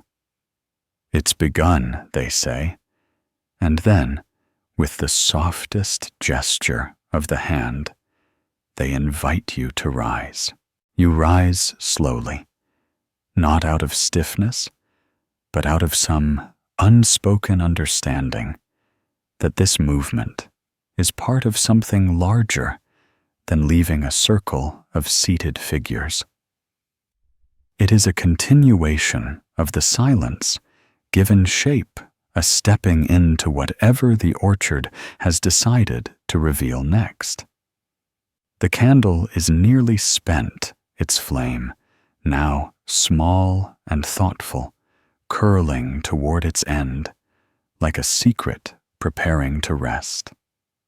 You follow the gray figure out of the hollow, the others moving with the same quiet precision. No one rushing, no one lingering. Outside, the orchard is not changed exactly, but it has adjusted slightly. Brighter, perhaps? Or maybe the shadows are more cooperative, the kind that shape themselves gently along the ground, rather than argue with the sun. The breeze carries a different tone. Now, still mild, still uninterested in being dramatic, but infused with a kind of purpose, like it has remembered its role in this place. The path that had led you into the hollow is still there, though now it forks not with a sign or a clear indication, but with a subtle split in the rhythm of the trees. One direction continues deeper into the orchard, the trees more tightly knit, their leaves darker, their branches tangled like questions left too long unasked. The other path opens slightly, revealing a slope dotted with low shrubs and occasional bursts of white flowers that seem to bloom not for bees or eyes, but for the sheer quiet joy of doing so. The gray figure doesn't speak, but they move toward the lighter path, and without needing to decide, you follow. The others do too, until 5 shadows stretch softly across the grass, and the orchard, though silent, seems to hum just beneath your feet. You walk like that for a while long enough to forget the exact hour, short enough to still remember the feeling of the hollow's warm soil. The maroon figure hums again very low, as if to keep the rhythm of the group steady, and the time figure adjusts something in their sleeve, perhaps a small pouch or a memory. Your companion, the one who first asked about barley, Di glances at you, once says nothing, but walks just slightly closer. Ahead, the trees begin to thin, revealing what can only be described as a glade, though not the kind from stories filled with fairies and dew. This one is practical, broad, sheltered. It hosts a clearing of even ground with stones placed in deliberate disorder, forming a shape that's not quite a circle, not quite a spiral. At the center of this clearing is a low wooden table, its surface marked with faint carvings and small dents, as if it has hosted more things than one can name. Around it are several stools, none matching, none recently sanded, each one shaped by use more than design.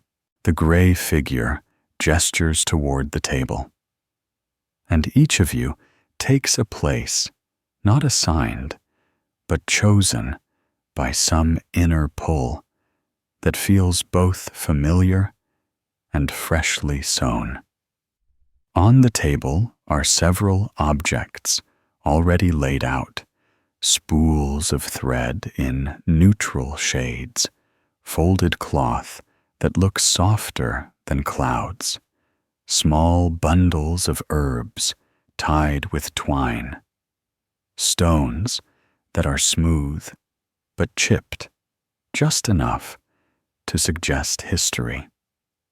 The gray figure reaches forward and places their thread, the nearly invisible one, next to the bundles. The maroon figure does the same with one of their pale spools, followed by the time figure, who lays down a ribbon of dry flax, knotted at both ends. Your companion sets down a folded square of indigo cloth, worn thin in the middle, as though it has been folded and unfolded 100 times in exactly the same way.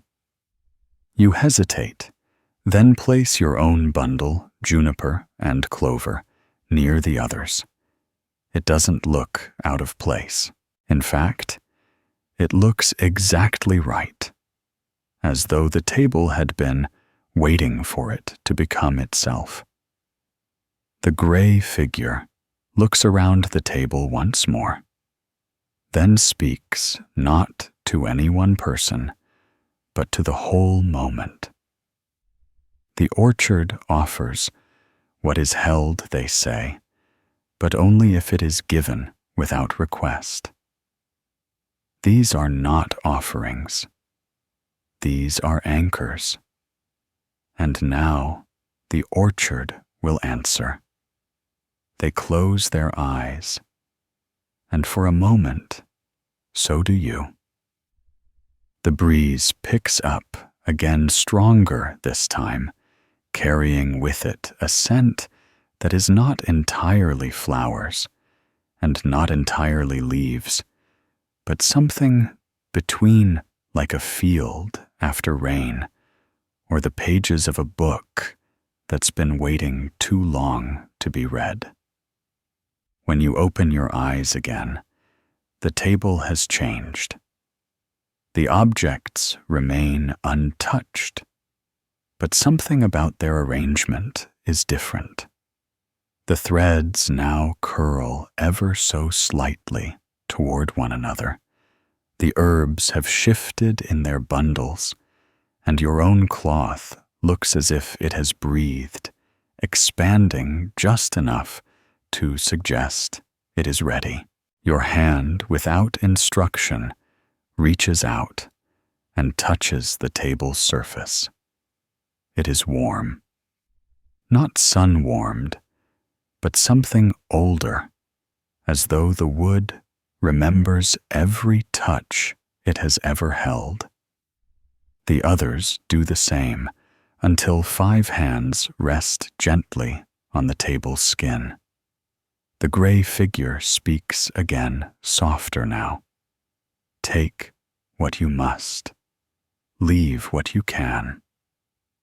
No one rushes.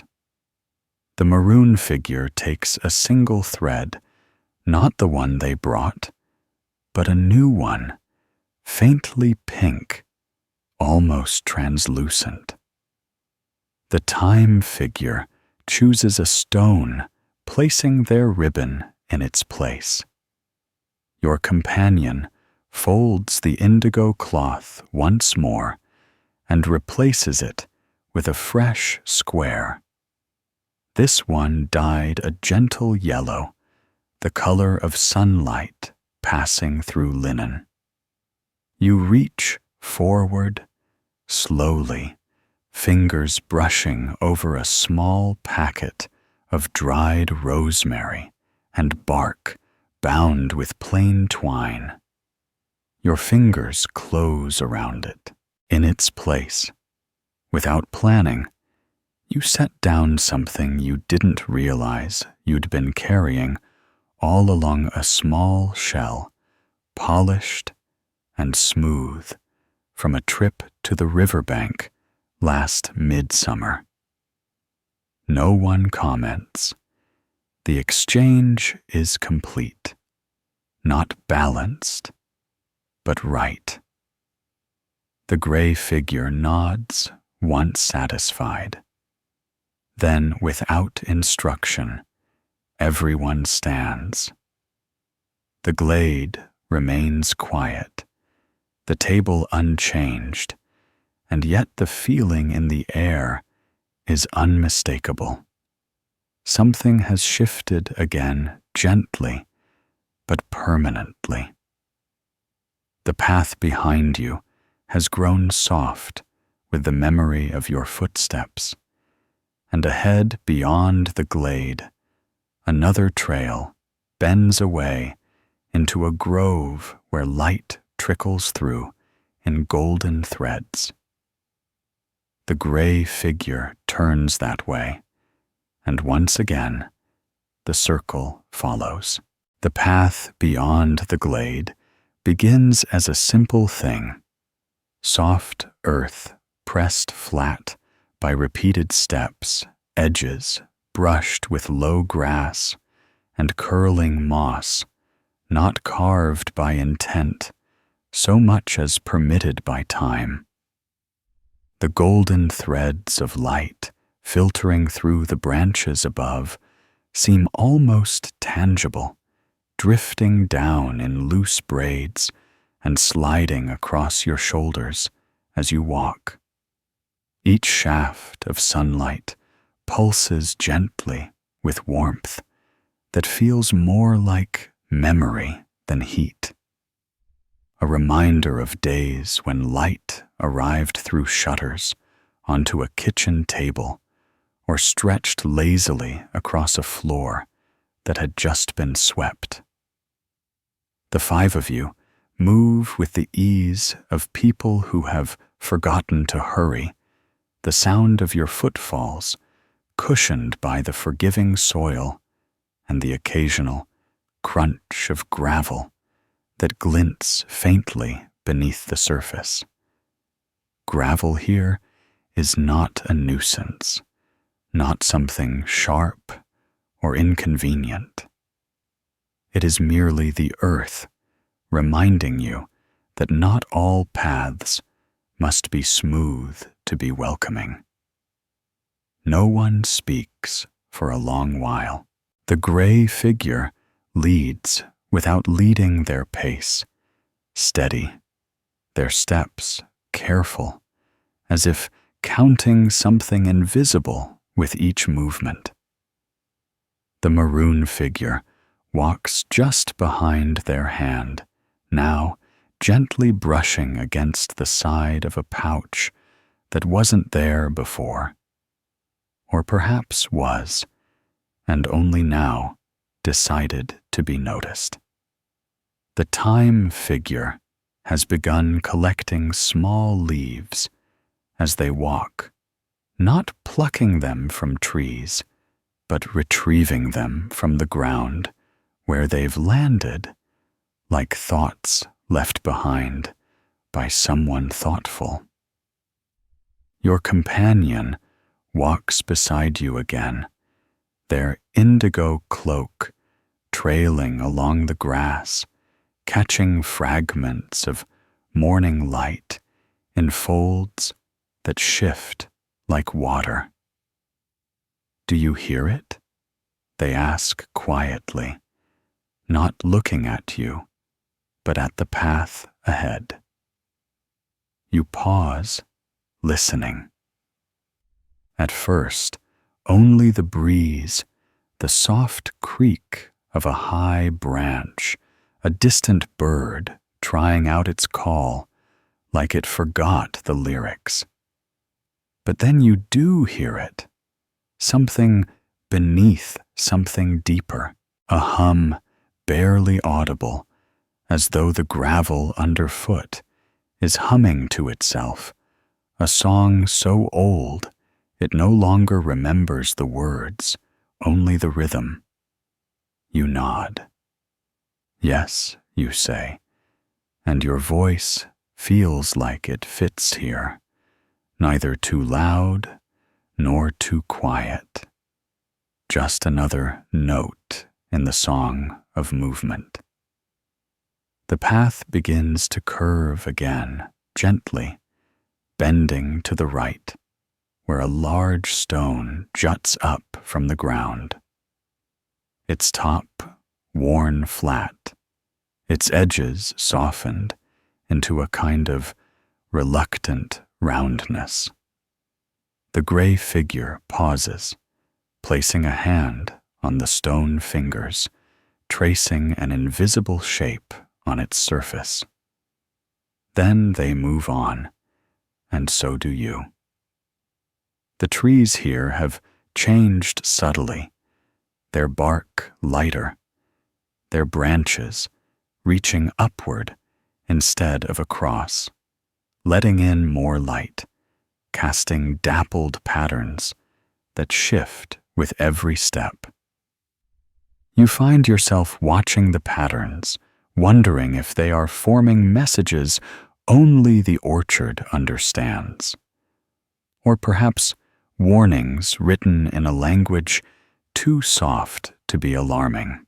This part, your companion says, after a while, is where the orchard begins to remember your name.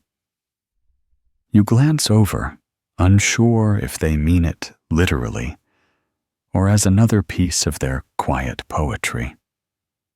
It doesn't say it aloud, they add, but it holds it like thread wrapped around a finger.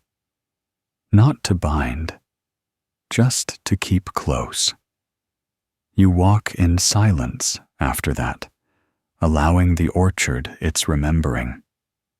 The gravel becomes more pronounced, Now, the ground firmer, less moss, more stone, as if the path is preparing itself to hold something heavier. Ahead, the trees give way once more, not to a clearing, but to a ridge, low and wide, rising just enough to suggest the idea of a view without the spectacle of a summit. You climb it without speaking, feet adjusting to the incline, breath steady the hum of gravel beneath you, now mixed with a new sound water. Faint at first, but growing, not a stream or river, but a slow-moving current. The kind that glides over stone without effort, whispering along its path, without asking for attention. When you reach the top of the ridge, you see it below a shallow basin of smooth rock, wide as a house, and just as patient. At its center is a long, thin pool, not natural, but not new, carved gently into the stone like a trough made for reflection instead of livestock. The gray figure walks to its edge and kneels, touching the surface with 2 fingers. The others gather slowly around each, taking a place along the rim, leaving space for you, which you fill without hesitation. The water is impossibly clear, yet it reflects nothing. It holds no image. You lean forward and see only the stone beneath, not distorted, just present. This is the remembering place the gray figure says their voice. Now, like the gravel path rougher, but not unkind. Not everything that is given is taken. Some things must be returned. The time figure unwraps a small bundle, revealing a piece of cloth the size of a handkerchief stained with something brown and herbal. They dip it into the pool slowly, and the water accepts it without ripple. The maroon figure follows, dropping in a single petal, which floats for a moment before dissolving into nothing. Your companion steps forward next and releases a button made of wood, smooth and worn, which sinks soundlessly and vanishes. You reach into your satchel and touch the packet of rosemary and bark you took from the table, but your hand hesitates.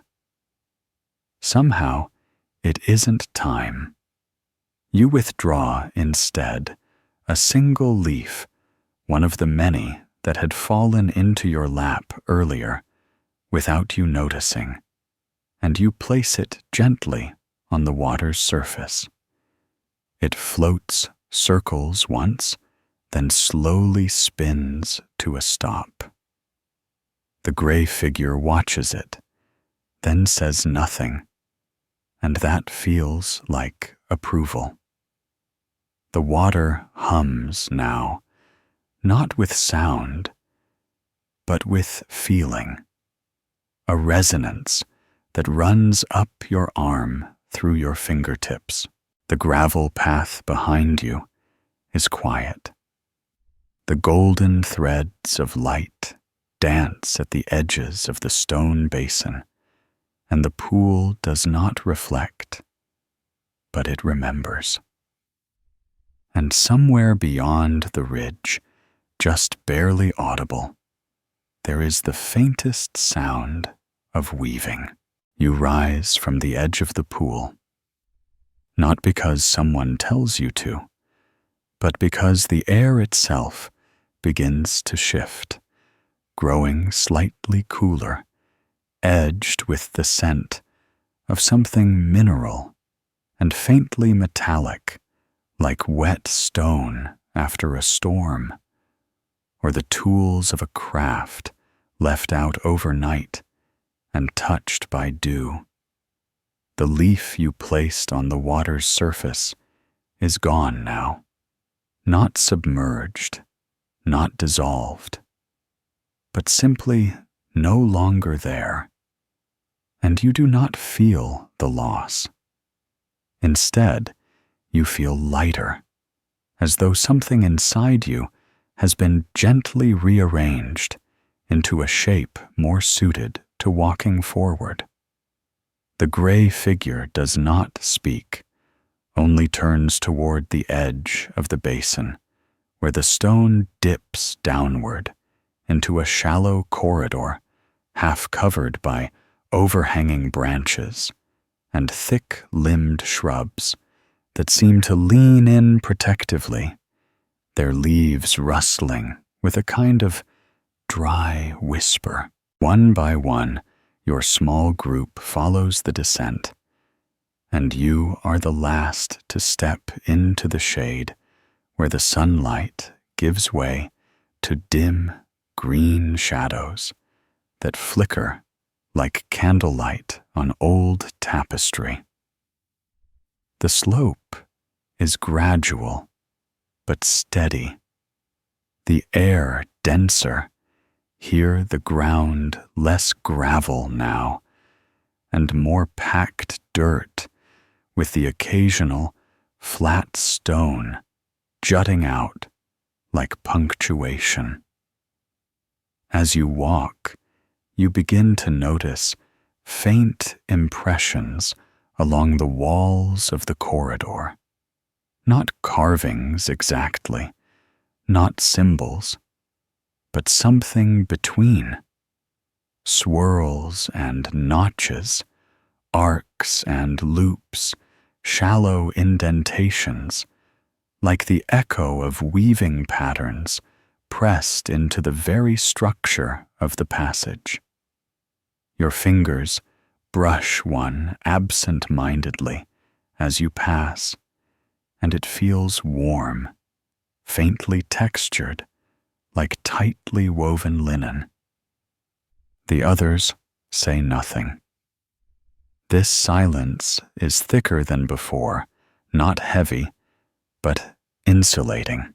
When you finally emerge from the slope, you find yourself in a hollowed-out space beneath the hill, a sort of natural chamber, domed not by stone or roots, but by a tightly knit canopy of interwoven branches and leaves. It forms a ceiling that glows faintly with filtered light, soft and golden green, like the afternoon, deciding to become evening, but not quite ready. In the center of the space is a loom, not small, not enormous, just precisely the size it needs to be. It is made from dark wood, aged and smoothed by countless hands, and the warp threads stretch across its frame like the ribs of a forgotten story. On a nearby bench rest several shuttles, some wrapped in thread, others weighting their hollow forms, suggesting they remember being useful, and will be again. The gray figure walks forward and places a hand on the loom, not to work it, not to test it, but just to greet it. The others gather slowly, forming a half circle around the loom, each taking a seat or finding a place to stand where the light touches them gently, but does not blind. Your companion gestures toward a small stool at the edge of the group, and you sit, feeling the cool wood beneath you, and the way the floor beneath your feet is not quite flat, but comfortably uneven. This, the gray figure says, finally, breaking the silence, is the loom that remembers. Their voice is different now, deeper, but softer, as though speaking through several layers of time. It does not ask for stories. It holds the ones already offered.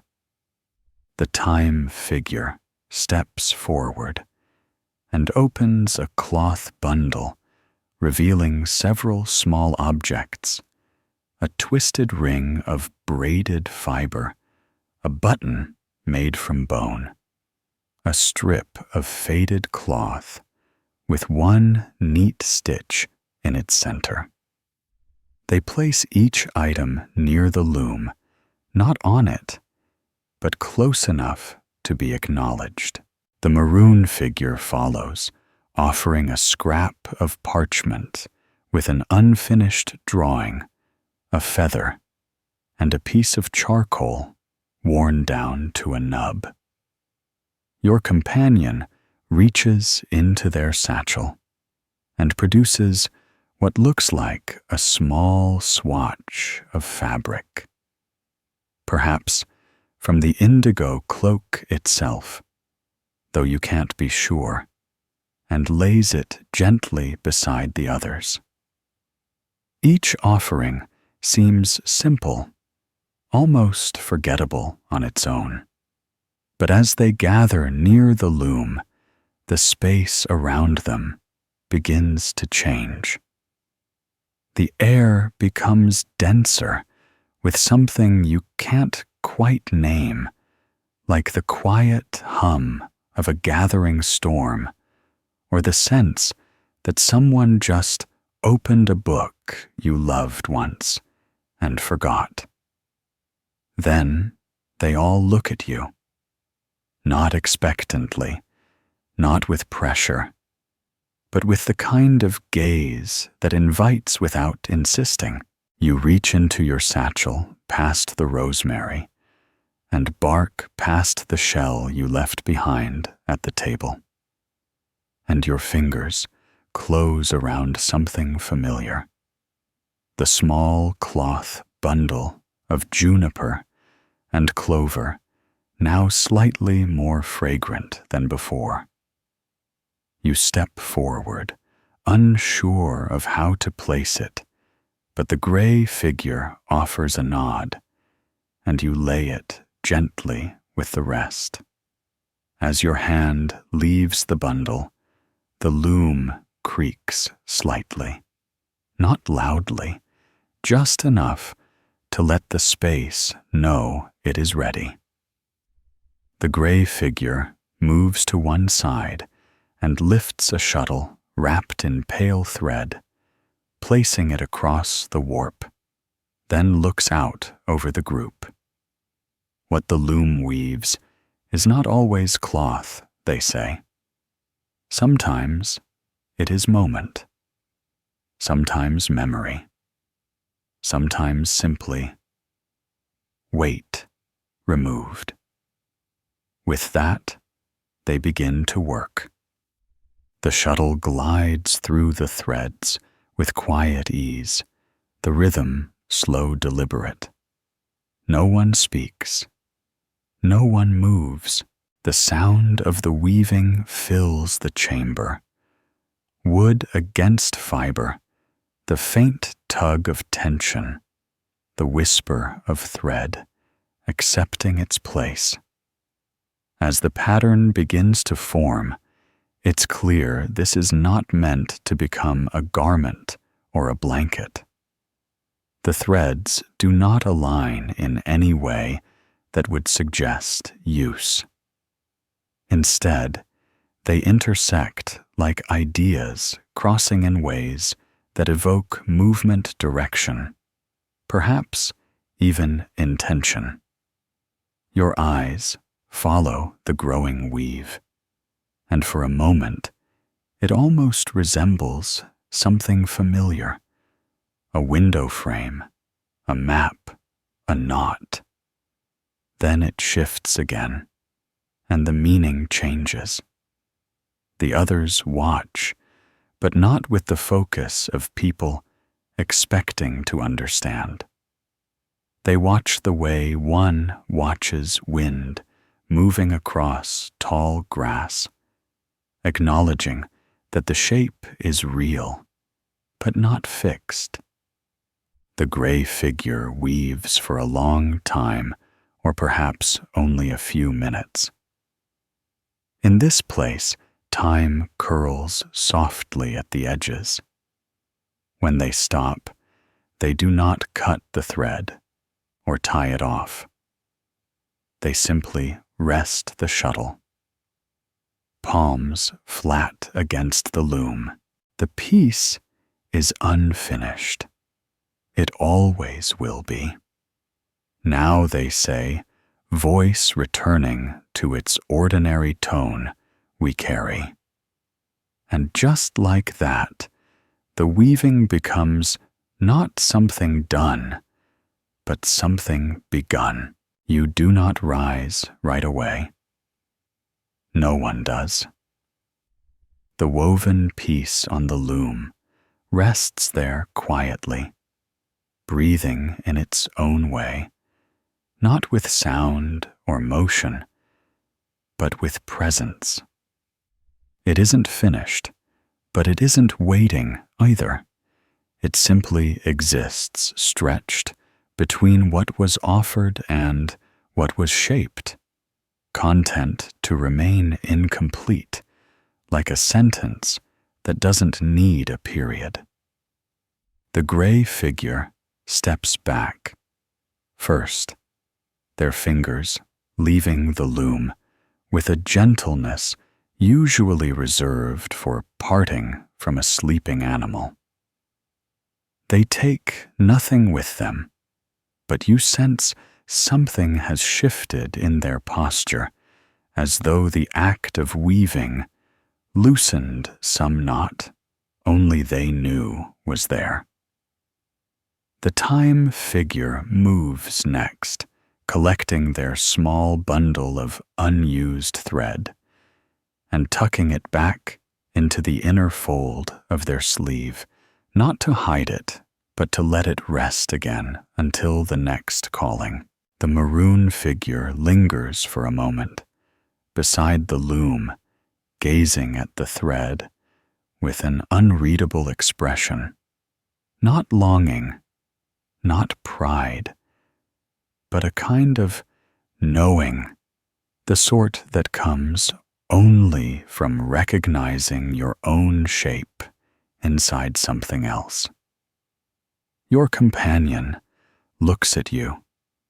Then their indigo cloak, now brushed with flecks of leaf and faint smudges of dust from the woven space, and they give a small smile that doesn't quite reach the edges of their mouth, but settles somewhere in the corners of their eyes.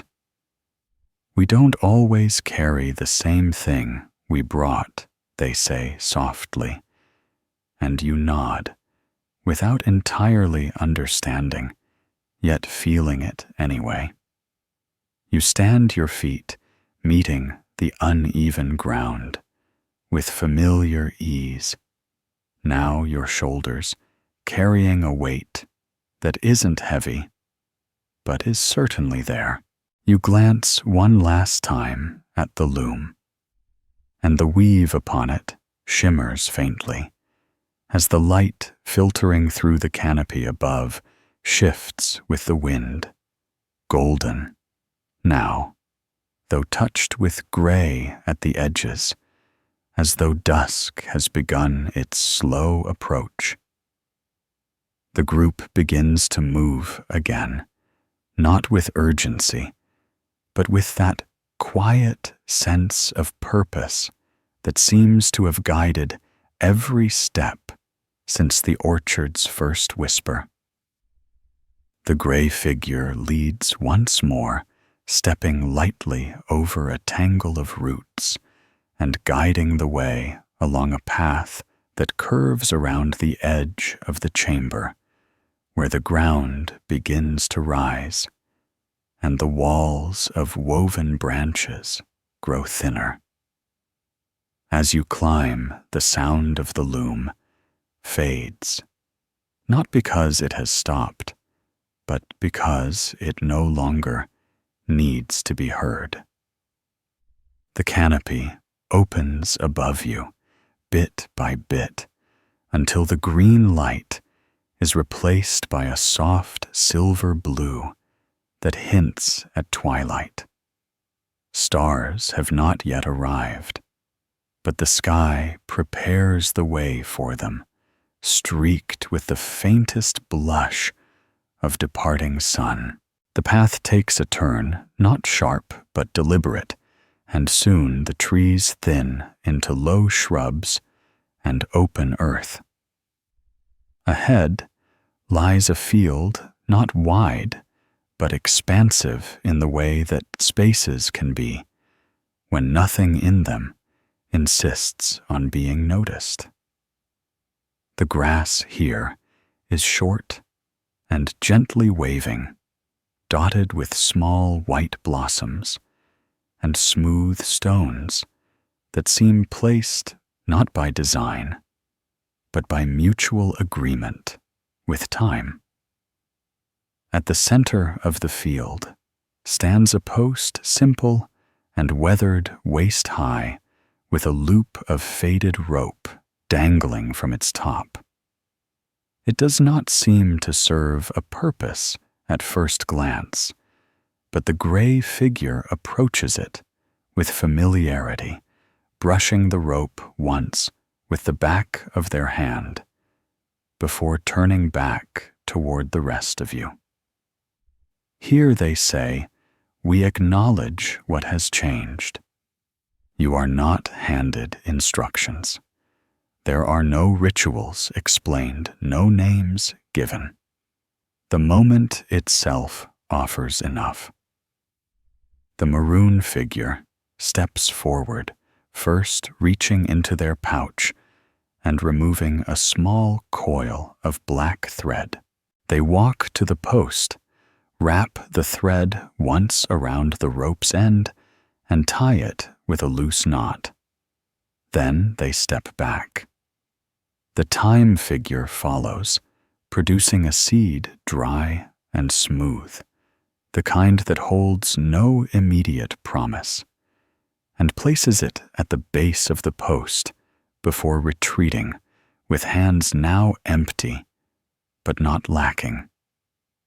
Your companion walks next, unfastening a pin from their cloak, a small crescent of polished wood with a crack running through its center. They don't repair it. They don't explain. They hang it gently from the rope and step away. The gray figure does nothing. This time, only watches hands clasped behind their back, like a teacher who knows the lesson has already been learned. You are the last. You approach slowly, fingers brushing the edge of your satchel, not entirely sure what waits inside until your hand finds it, something new. A small scrap of woven thread, knotted at one end, pale green, and soft to the touch. You didn't place it there. Or perhaps you did. Perhaps the loom gave it to you. In that way, things are sometimes given without explanation, without ceremony, just quietly placed into a palm when you're not quite paying attention. You loop the thread once around the post's rope, tuck the end gently through, and leave it hanging, like a thought left beside the door for later. When you step back, the post remains unchanged. The rope still dangles. The field is still a field. And yet, everything feels different. The gray figure turns without comment and begins walking again toward a low rise at the far end of the field, where a gate, simple wooden, slightly crooked, waits beneath an arch of old stone. There is no fence. The gate stands alone. But it is clear that it marks something. A transition. A passage. The others begin to follow. And you do too. The weight on your shoulders shifting slightly as the wind picks up again, carrying with it the faintest scent of ash and fennel, as though someone somewhere has just stirred a fire for the evening meal. The gate does not creak when the gray figure opens it. In fact, it barely moves at all, swinging just wide enough to admit one person at a time before returning gently to its resting position, as if it knows that gates are more about recognition than separation. You pass through without touching it, your shoulder brushing the faint outline of a vine that has wound itself lazily around one post, trailing a few yellowing leaves and a single tiny blossom that opens the moment your shadow passes. On the other side, the landscape changes, not abruptly, not like stepping into a new place, but like turning a page in a book, written by someone who never quite learned how to end a chapter. The path becomes narrower, more winding, and the ground is lined with pale pebbles that click softly underfoot their arrangement, too even to be accidental, yet too inconsistent to be planned. Low hedges border either side of the path, their leaves waxy and dark and small. Wooden markers emerge at odd intervals, each one etched with a different pattern, lines, dots, arcs, some filled in with faded pigment, others left bare. No one stops to read them, but everyone glances as they pass the way. One acknowledges a landmark, not with study, but with quiet respect. You follow the others in a slow descent, the path curving slightly downward, and the light begins to shift again, cooler. Now, brushed with indigo and the faintest edge of night. Stars have begun to appear, scattered and diffident, like they're waiting to be invited fully into the sky. Your companion slows their pace beside you, then points to a hollow in the hedge ahead. This is where the questions go.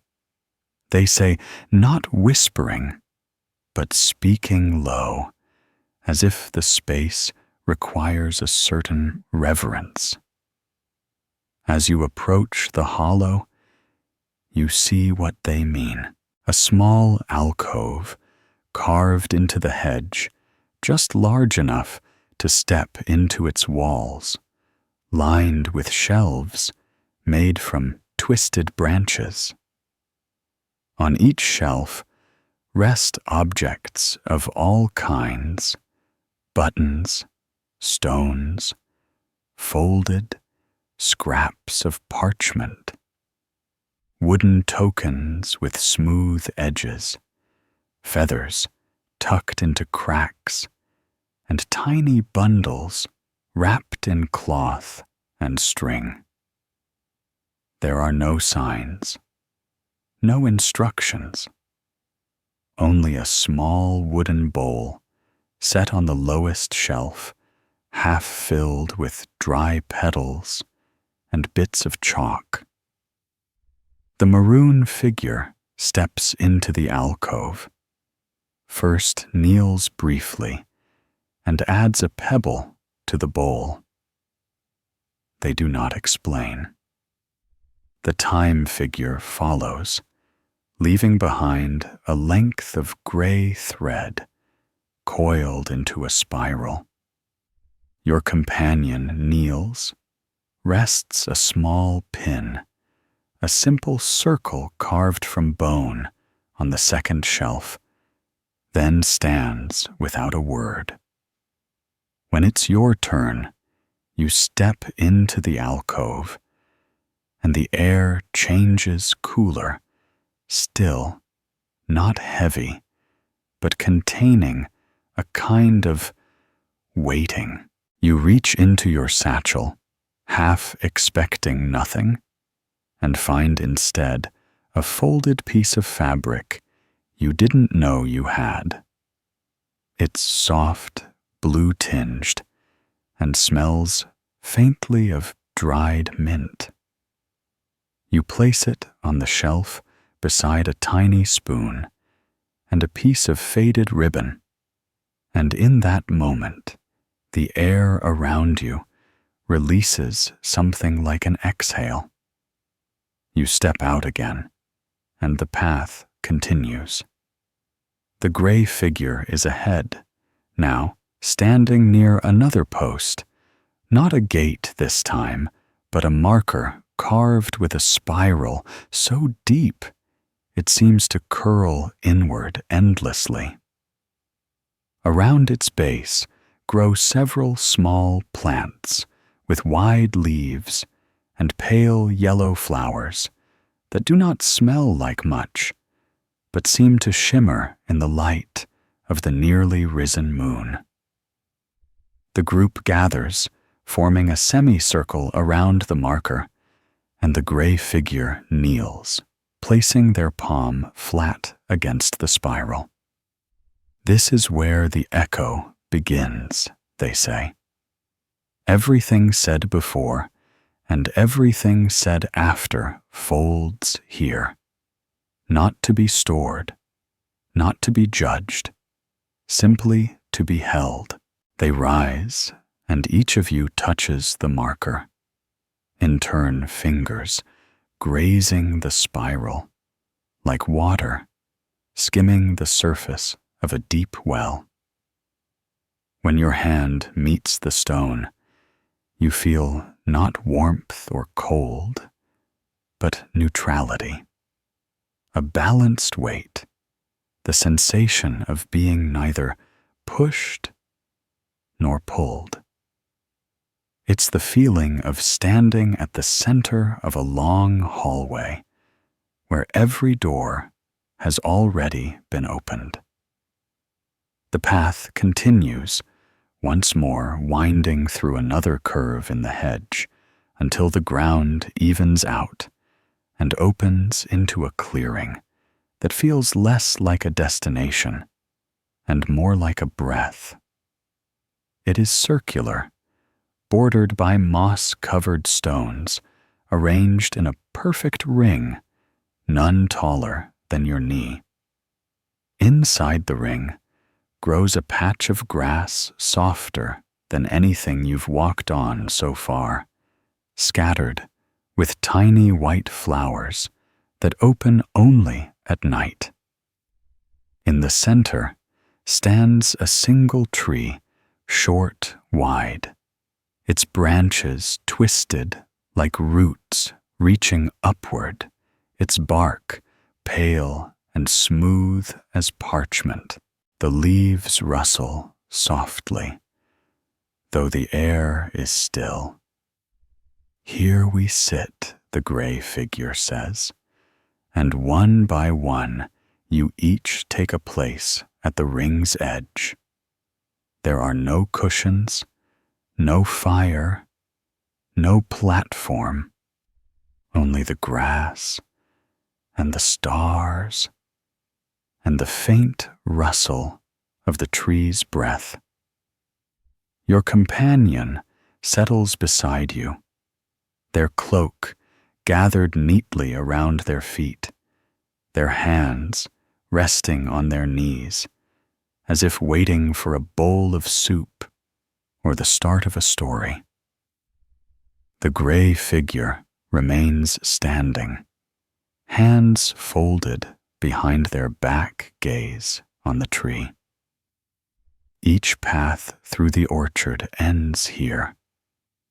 They say, not because it is the last place to go, but because it is the first place where you no longer need to go anywhere at all. The tree's branches sway again, though no wind stirs them. The maroon figure lowers their head, eyes closed, and the time figure begins to hum a note so low it seems to bloom from the ground rather than their throat. Your companion joins in with a soft breath of sound, and you feel it rather than hear it, a gentle vibration through your spine, not demanding just present. And then, quietly, the gray figure begins to speak, not to you, not to anyone, but to the size itself, telling a story that has no clear beginning and no apparent plot. A story about a piece of string caught in a doorway, about a forgotten basket, about the way sunlight filters through ash trees in the last week of summer. The story wanders, not lost, but curious. It describes the scent of iron after rain, the shape of moss beneath bare feet, the sound of scissors cutting cloth that will never become anything. It says nothing and everything, and you listen not with your ears, but with your entire body, the way a tree might listen to the sky. Around you, the ring holds, steady.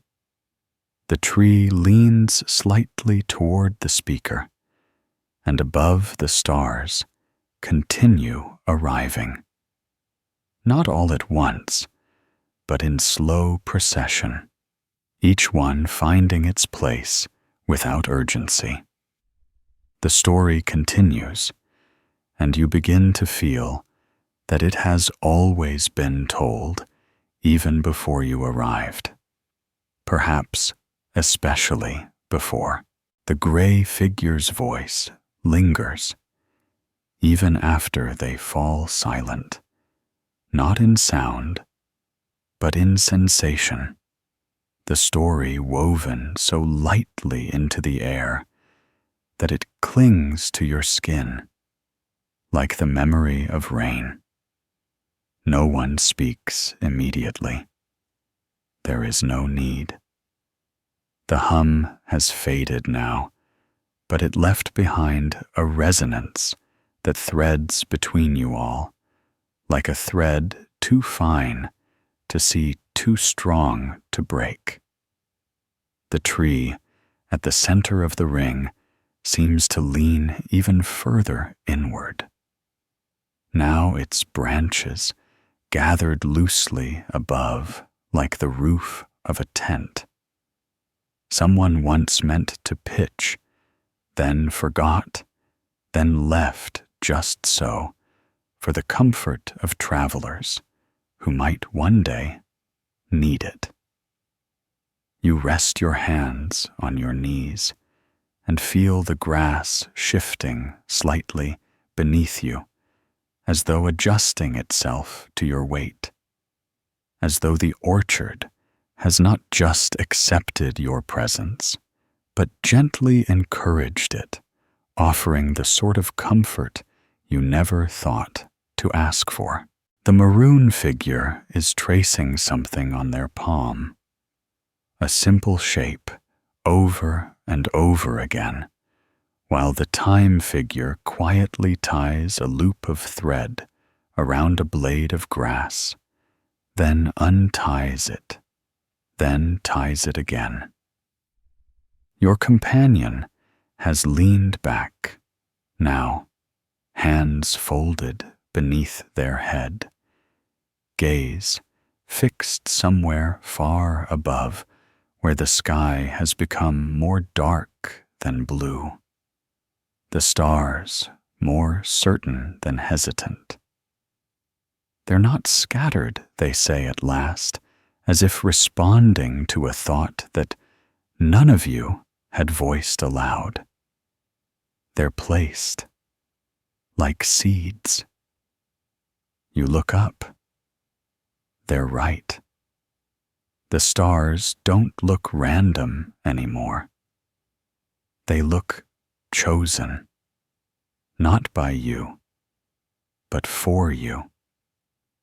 The gray figure begins to move, stepping softly across the grass to the tree where a hollow in its bark, no bigger than a pitcher's mouth, catches the moonlight and reveals a small space within. From this hollow, they draw out a pouch made of soft hide, worn at the edges, tied with a loop of dark green twine.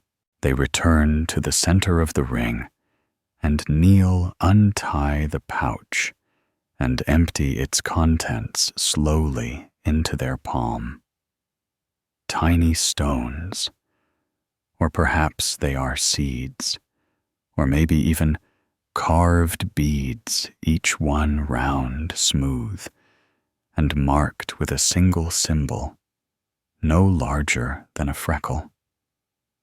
They hold their hand open, and the stones do not tumble. They wait. These, they say, are stars that have already been spoken, not seen, not wished on, not counted. Spoken. They close their hand gently around them, then open it again, and the stones have rearranged themselves into a different pattern. No one gasps or points. The change feels entirely reasonable. They place 5 stones on the grass in front of them, 1 for each of you. Then they return the rest to the pouch and tuck it back into the tree's hollow. You may take one, they say, but only if it belongs to something you have not yet said. The maroon figure reaches first, their fingers hovering over the stones, then choosing one with a dot and a curve etched in opposing corners. They hold it briefly in their hand, then slip it into their pouch with no ceremony, only stillness. The time figure chooses next, selecting a stone with a mark that looks like a branch and a mark that looks like a thread.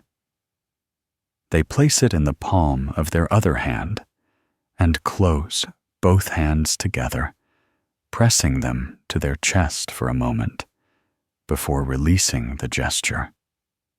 Your companion studies the stones for longer, their head tilted, one finger touching a symbol, here another, there as if reading them like Braille. Eventually, they choose one with a mark that might be a ladder or a comb or a harp without strings. They smile at it quietly and place it in the fold of their cloak. You hesitate not because you don't want one, but because none of the symbols look like they belong to you. Then you see one near the edge of the circle, half lit by moonlight, shaped like an open circle with 3 tiny lines reaching inward. You do not know what it means, but it feels like a question you once had and forgot to write down. You pick it up, and it is heavier than expected, warm, like it has spent the afternoon tucked into the crook of someone's neck. You hold it for a while, and then you keep holding it, and no one asks you to put it away. The gray figure says nothing else. They simply rise, brush their hands free of stray grass, and walk to the edge of the ring. The others follow in their own time. No rush, just readiness. You rise. Last, the stone, still in your hand. Your fingers closed gently around it, like a secret that doesn't mind being carried. The ring behind you remains quiet, the tree unmoving, the flowers closed now, as if finished with their part in the evening's telling. You walk beyond the circle, back onto a path that has appeared where none had been, before soft and dark and edged in firefly light. The gray figure walks ahead, the others in a gentle arc behind them. Your companion walks beside you silent. For now, their pace matched perfectly with yours, neither leading nor following, simply there. And above the stars begin to arrange themselves into something just shy of familiar, as if spelling out the beginning of a name you've never heard, but always known. The fireflies don't blink so much as they shimmer, each pulse slow and deliberate, like breath translated into light. Their glow outlines the path ahead without needing to illuminate it fully, giving just enough visibility to suggest direction, not destination. The gravel underfoot has returned, but in a new form, softer, finer, as though crushed gently by years of patient steps. The sound it makes as you walk is not a crunch, but a hush, like pages turning, or fabric folding in slow motion. Your fingers are still curled around the stone from the circle, its warmth steady, its weight no longer surprising. You haven't looked at the symbol since you picked it up, and yet you can feel its shape clearly in your palm, a little open ring. And the 3 inward-reaching lines, each one like a question pointed gently toward the center. Your companion's presence beside you is quiet, not watchful, but shared. and you sense they are carrying their own stone somewhere within the folds of their cloak, perhaps pressed against the lining where it can whisper without being heard. The path narrows again, hedges giving way to taller shrubs and a low canopy of trees with leaves like paper, dry and thin, making a soft brushing sound whenever the wind moves through. Somewhere to your left, an owl speaks not with a hoot, but with a slow rising sound that doesn't demand a reply. The gray figure pauses just ahead, one hand lifted slightly to signal a change, and the group slows without needing words. You arrive at another small clearing, this one more open than the others, its floor bare except for scattered leaves that crunch politely beneath your steps. In the middle of the space is a tall frame made from 2 long branches bound at the top with a loop of bark, forming an archway that leads to nothing. No door, no wall, just air on the other side.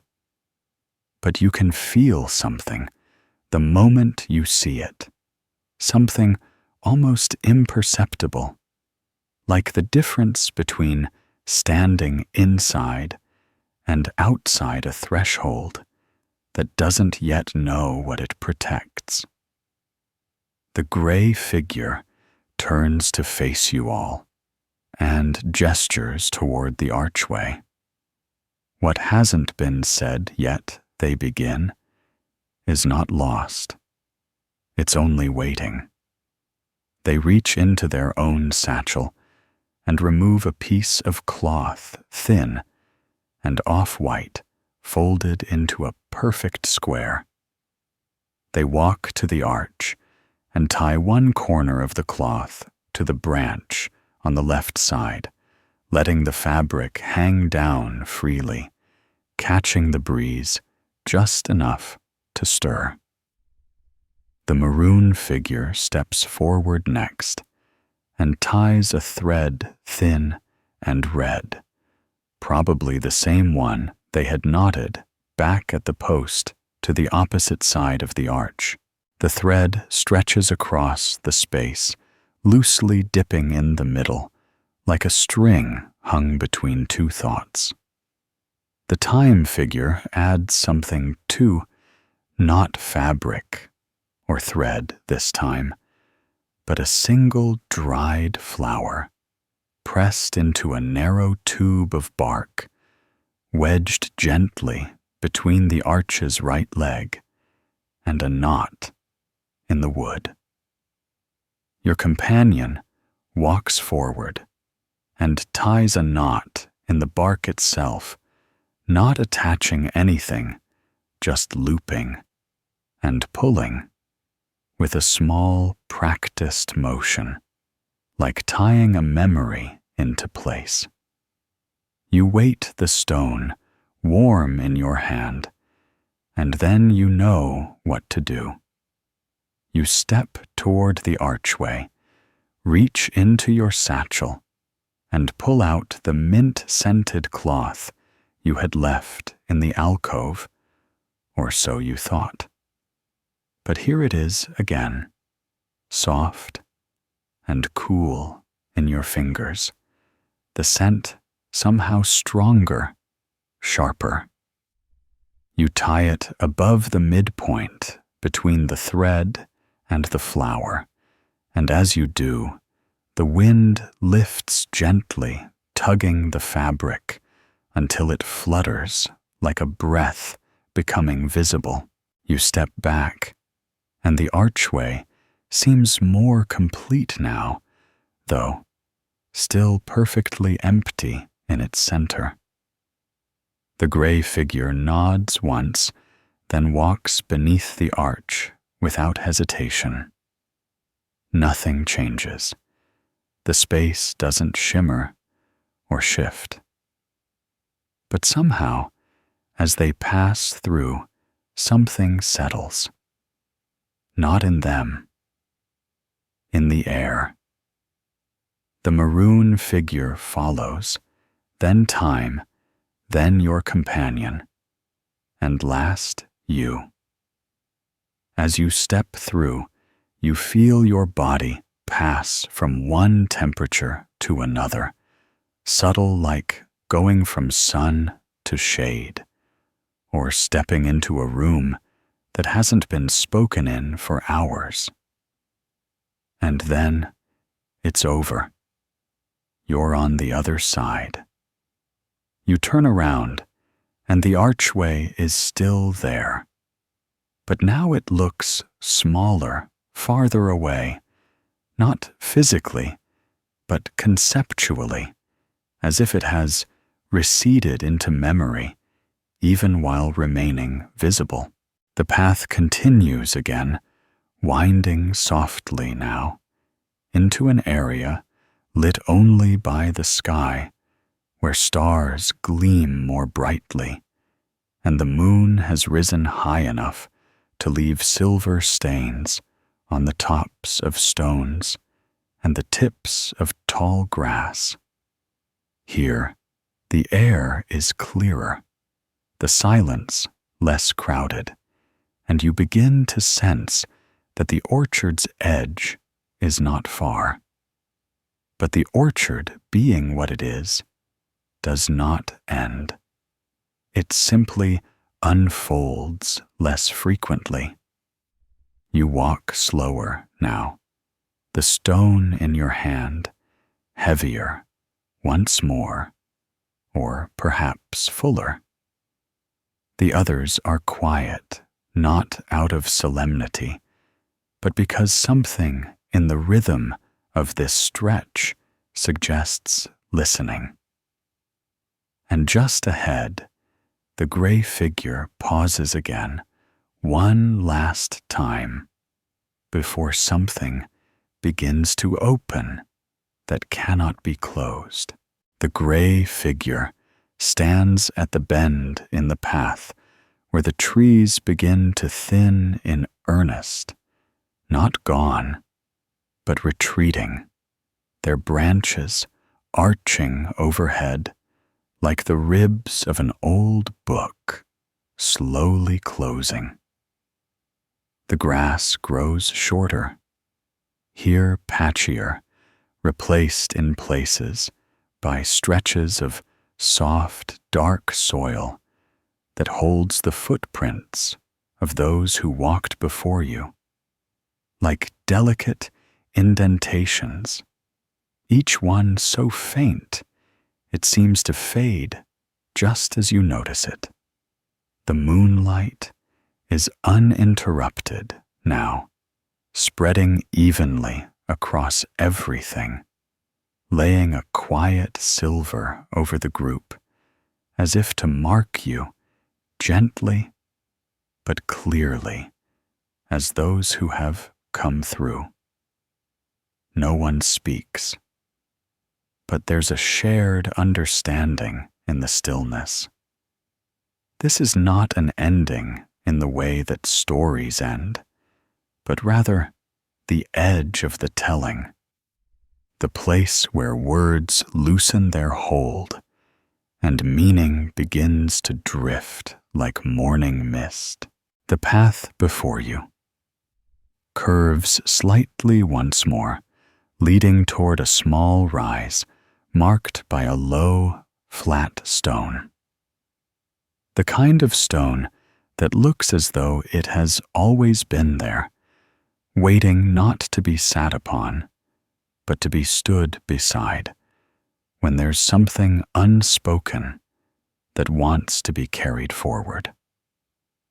The gray figure approaches the stone and places a hand upon it, just for a breath, then turns back toward the group.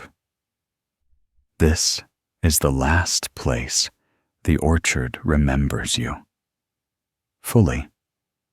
They say their voice quieter now, like it too is preparing to let go. Beyond here, it will remember only pieces, the rhythm of your step, the scent you left on the leaves, the sound of your breath on a cool night. It's enough. It always is. You step forward with the others, each of you touching the stone in your own way, palm, fingertip, knuckle, shoulder, as if offering the last of your presence without shedding any part of yourself. When your hand meets the stone, the warmth of it surprises you, not because it's hot, but because it carries the heat of other hands like a blanket passed down again and again, absorbing only what is gently given.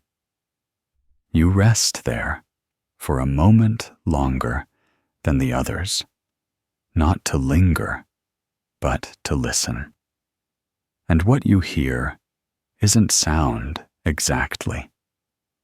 It's a softness, like the hush of distant wool brushing across polished wood, or the low settling sigh of someone finally seated after a long, winding walk.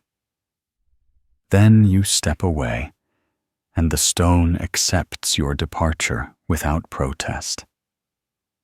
The path continues through one last grove, short trees here, with wide leaves that seem to reach toward you rather than the sky. Their branches sway even without wind, as if nodding goodbye in a language too old for vowels. The time figure plucks one leaf as they pass, tucking it gently behind their ear. The maroon figure stops briefly to adjust a small clasp on their satchel, a motion so practiced it feels more ceremonial than practical. Your companion says nothing, but walks close enough that your cloaks brush now and again the fabric, making a quiet sound, like pages being turned slowly, deliberately.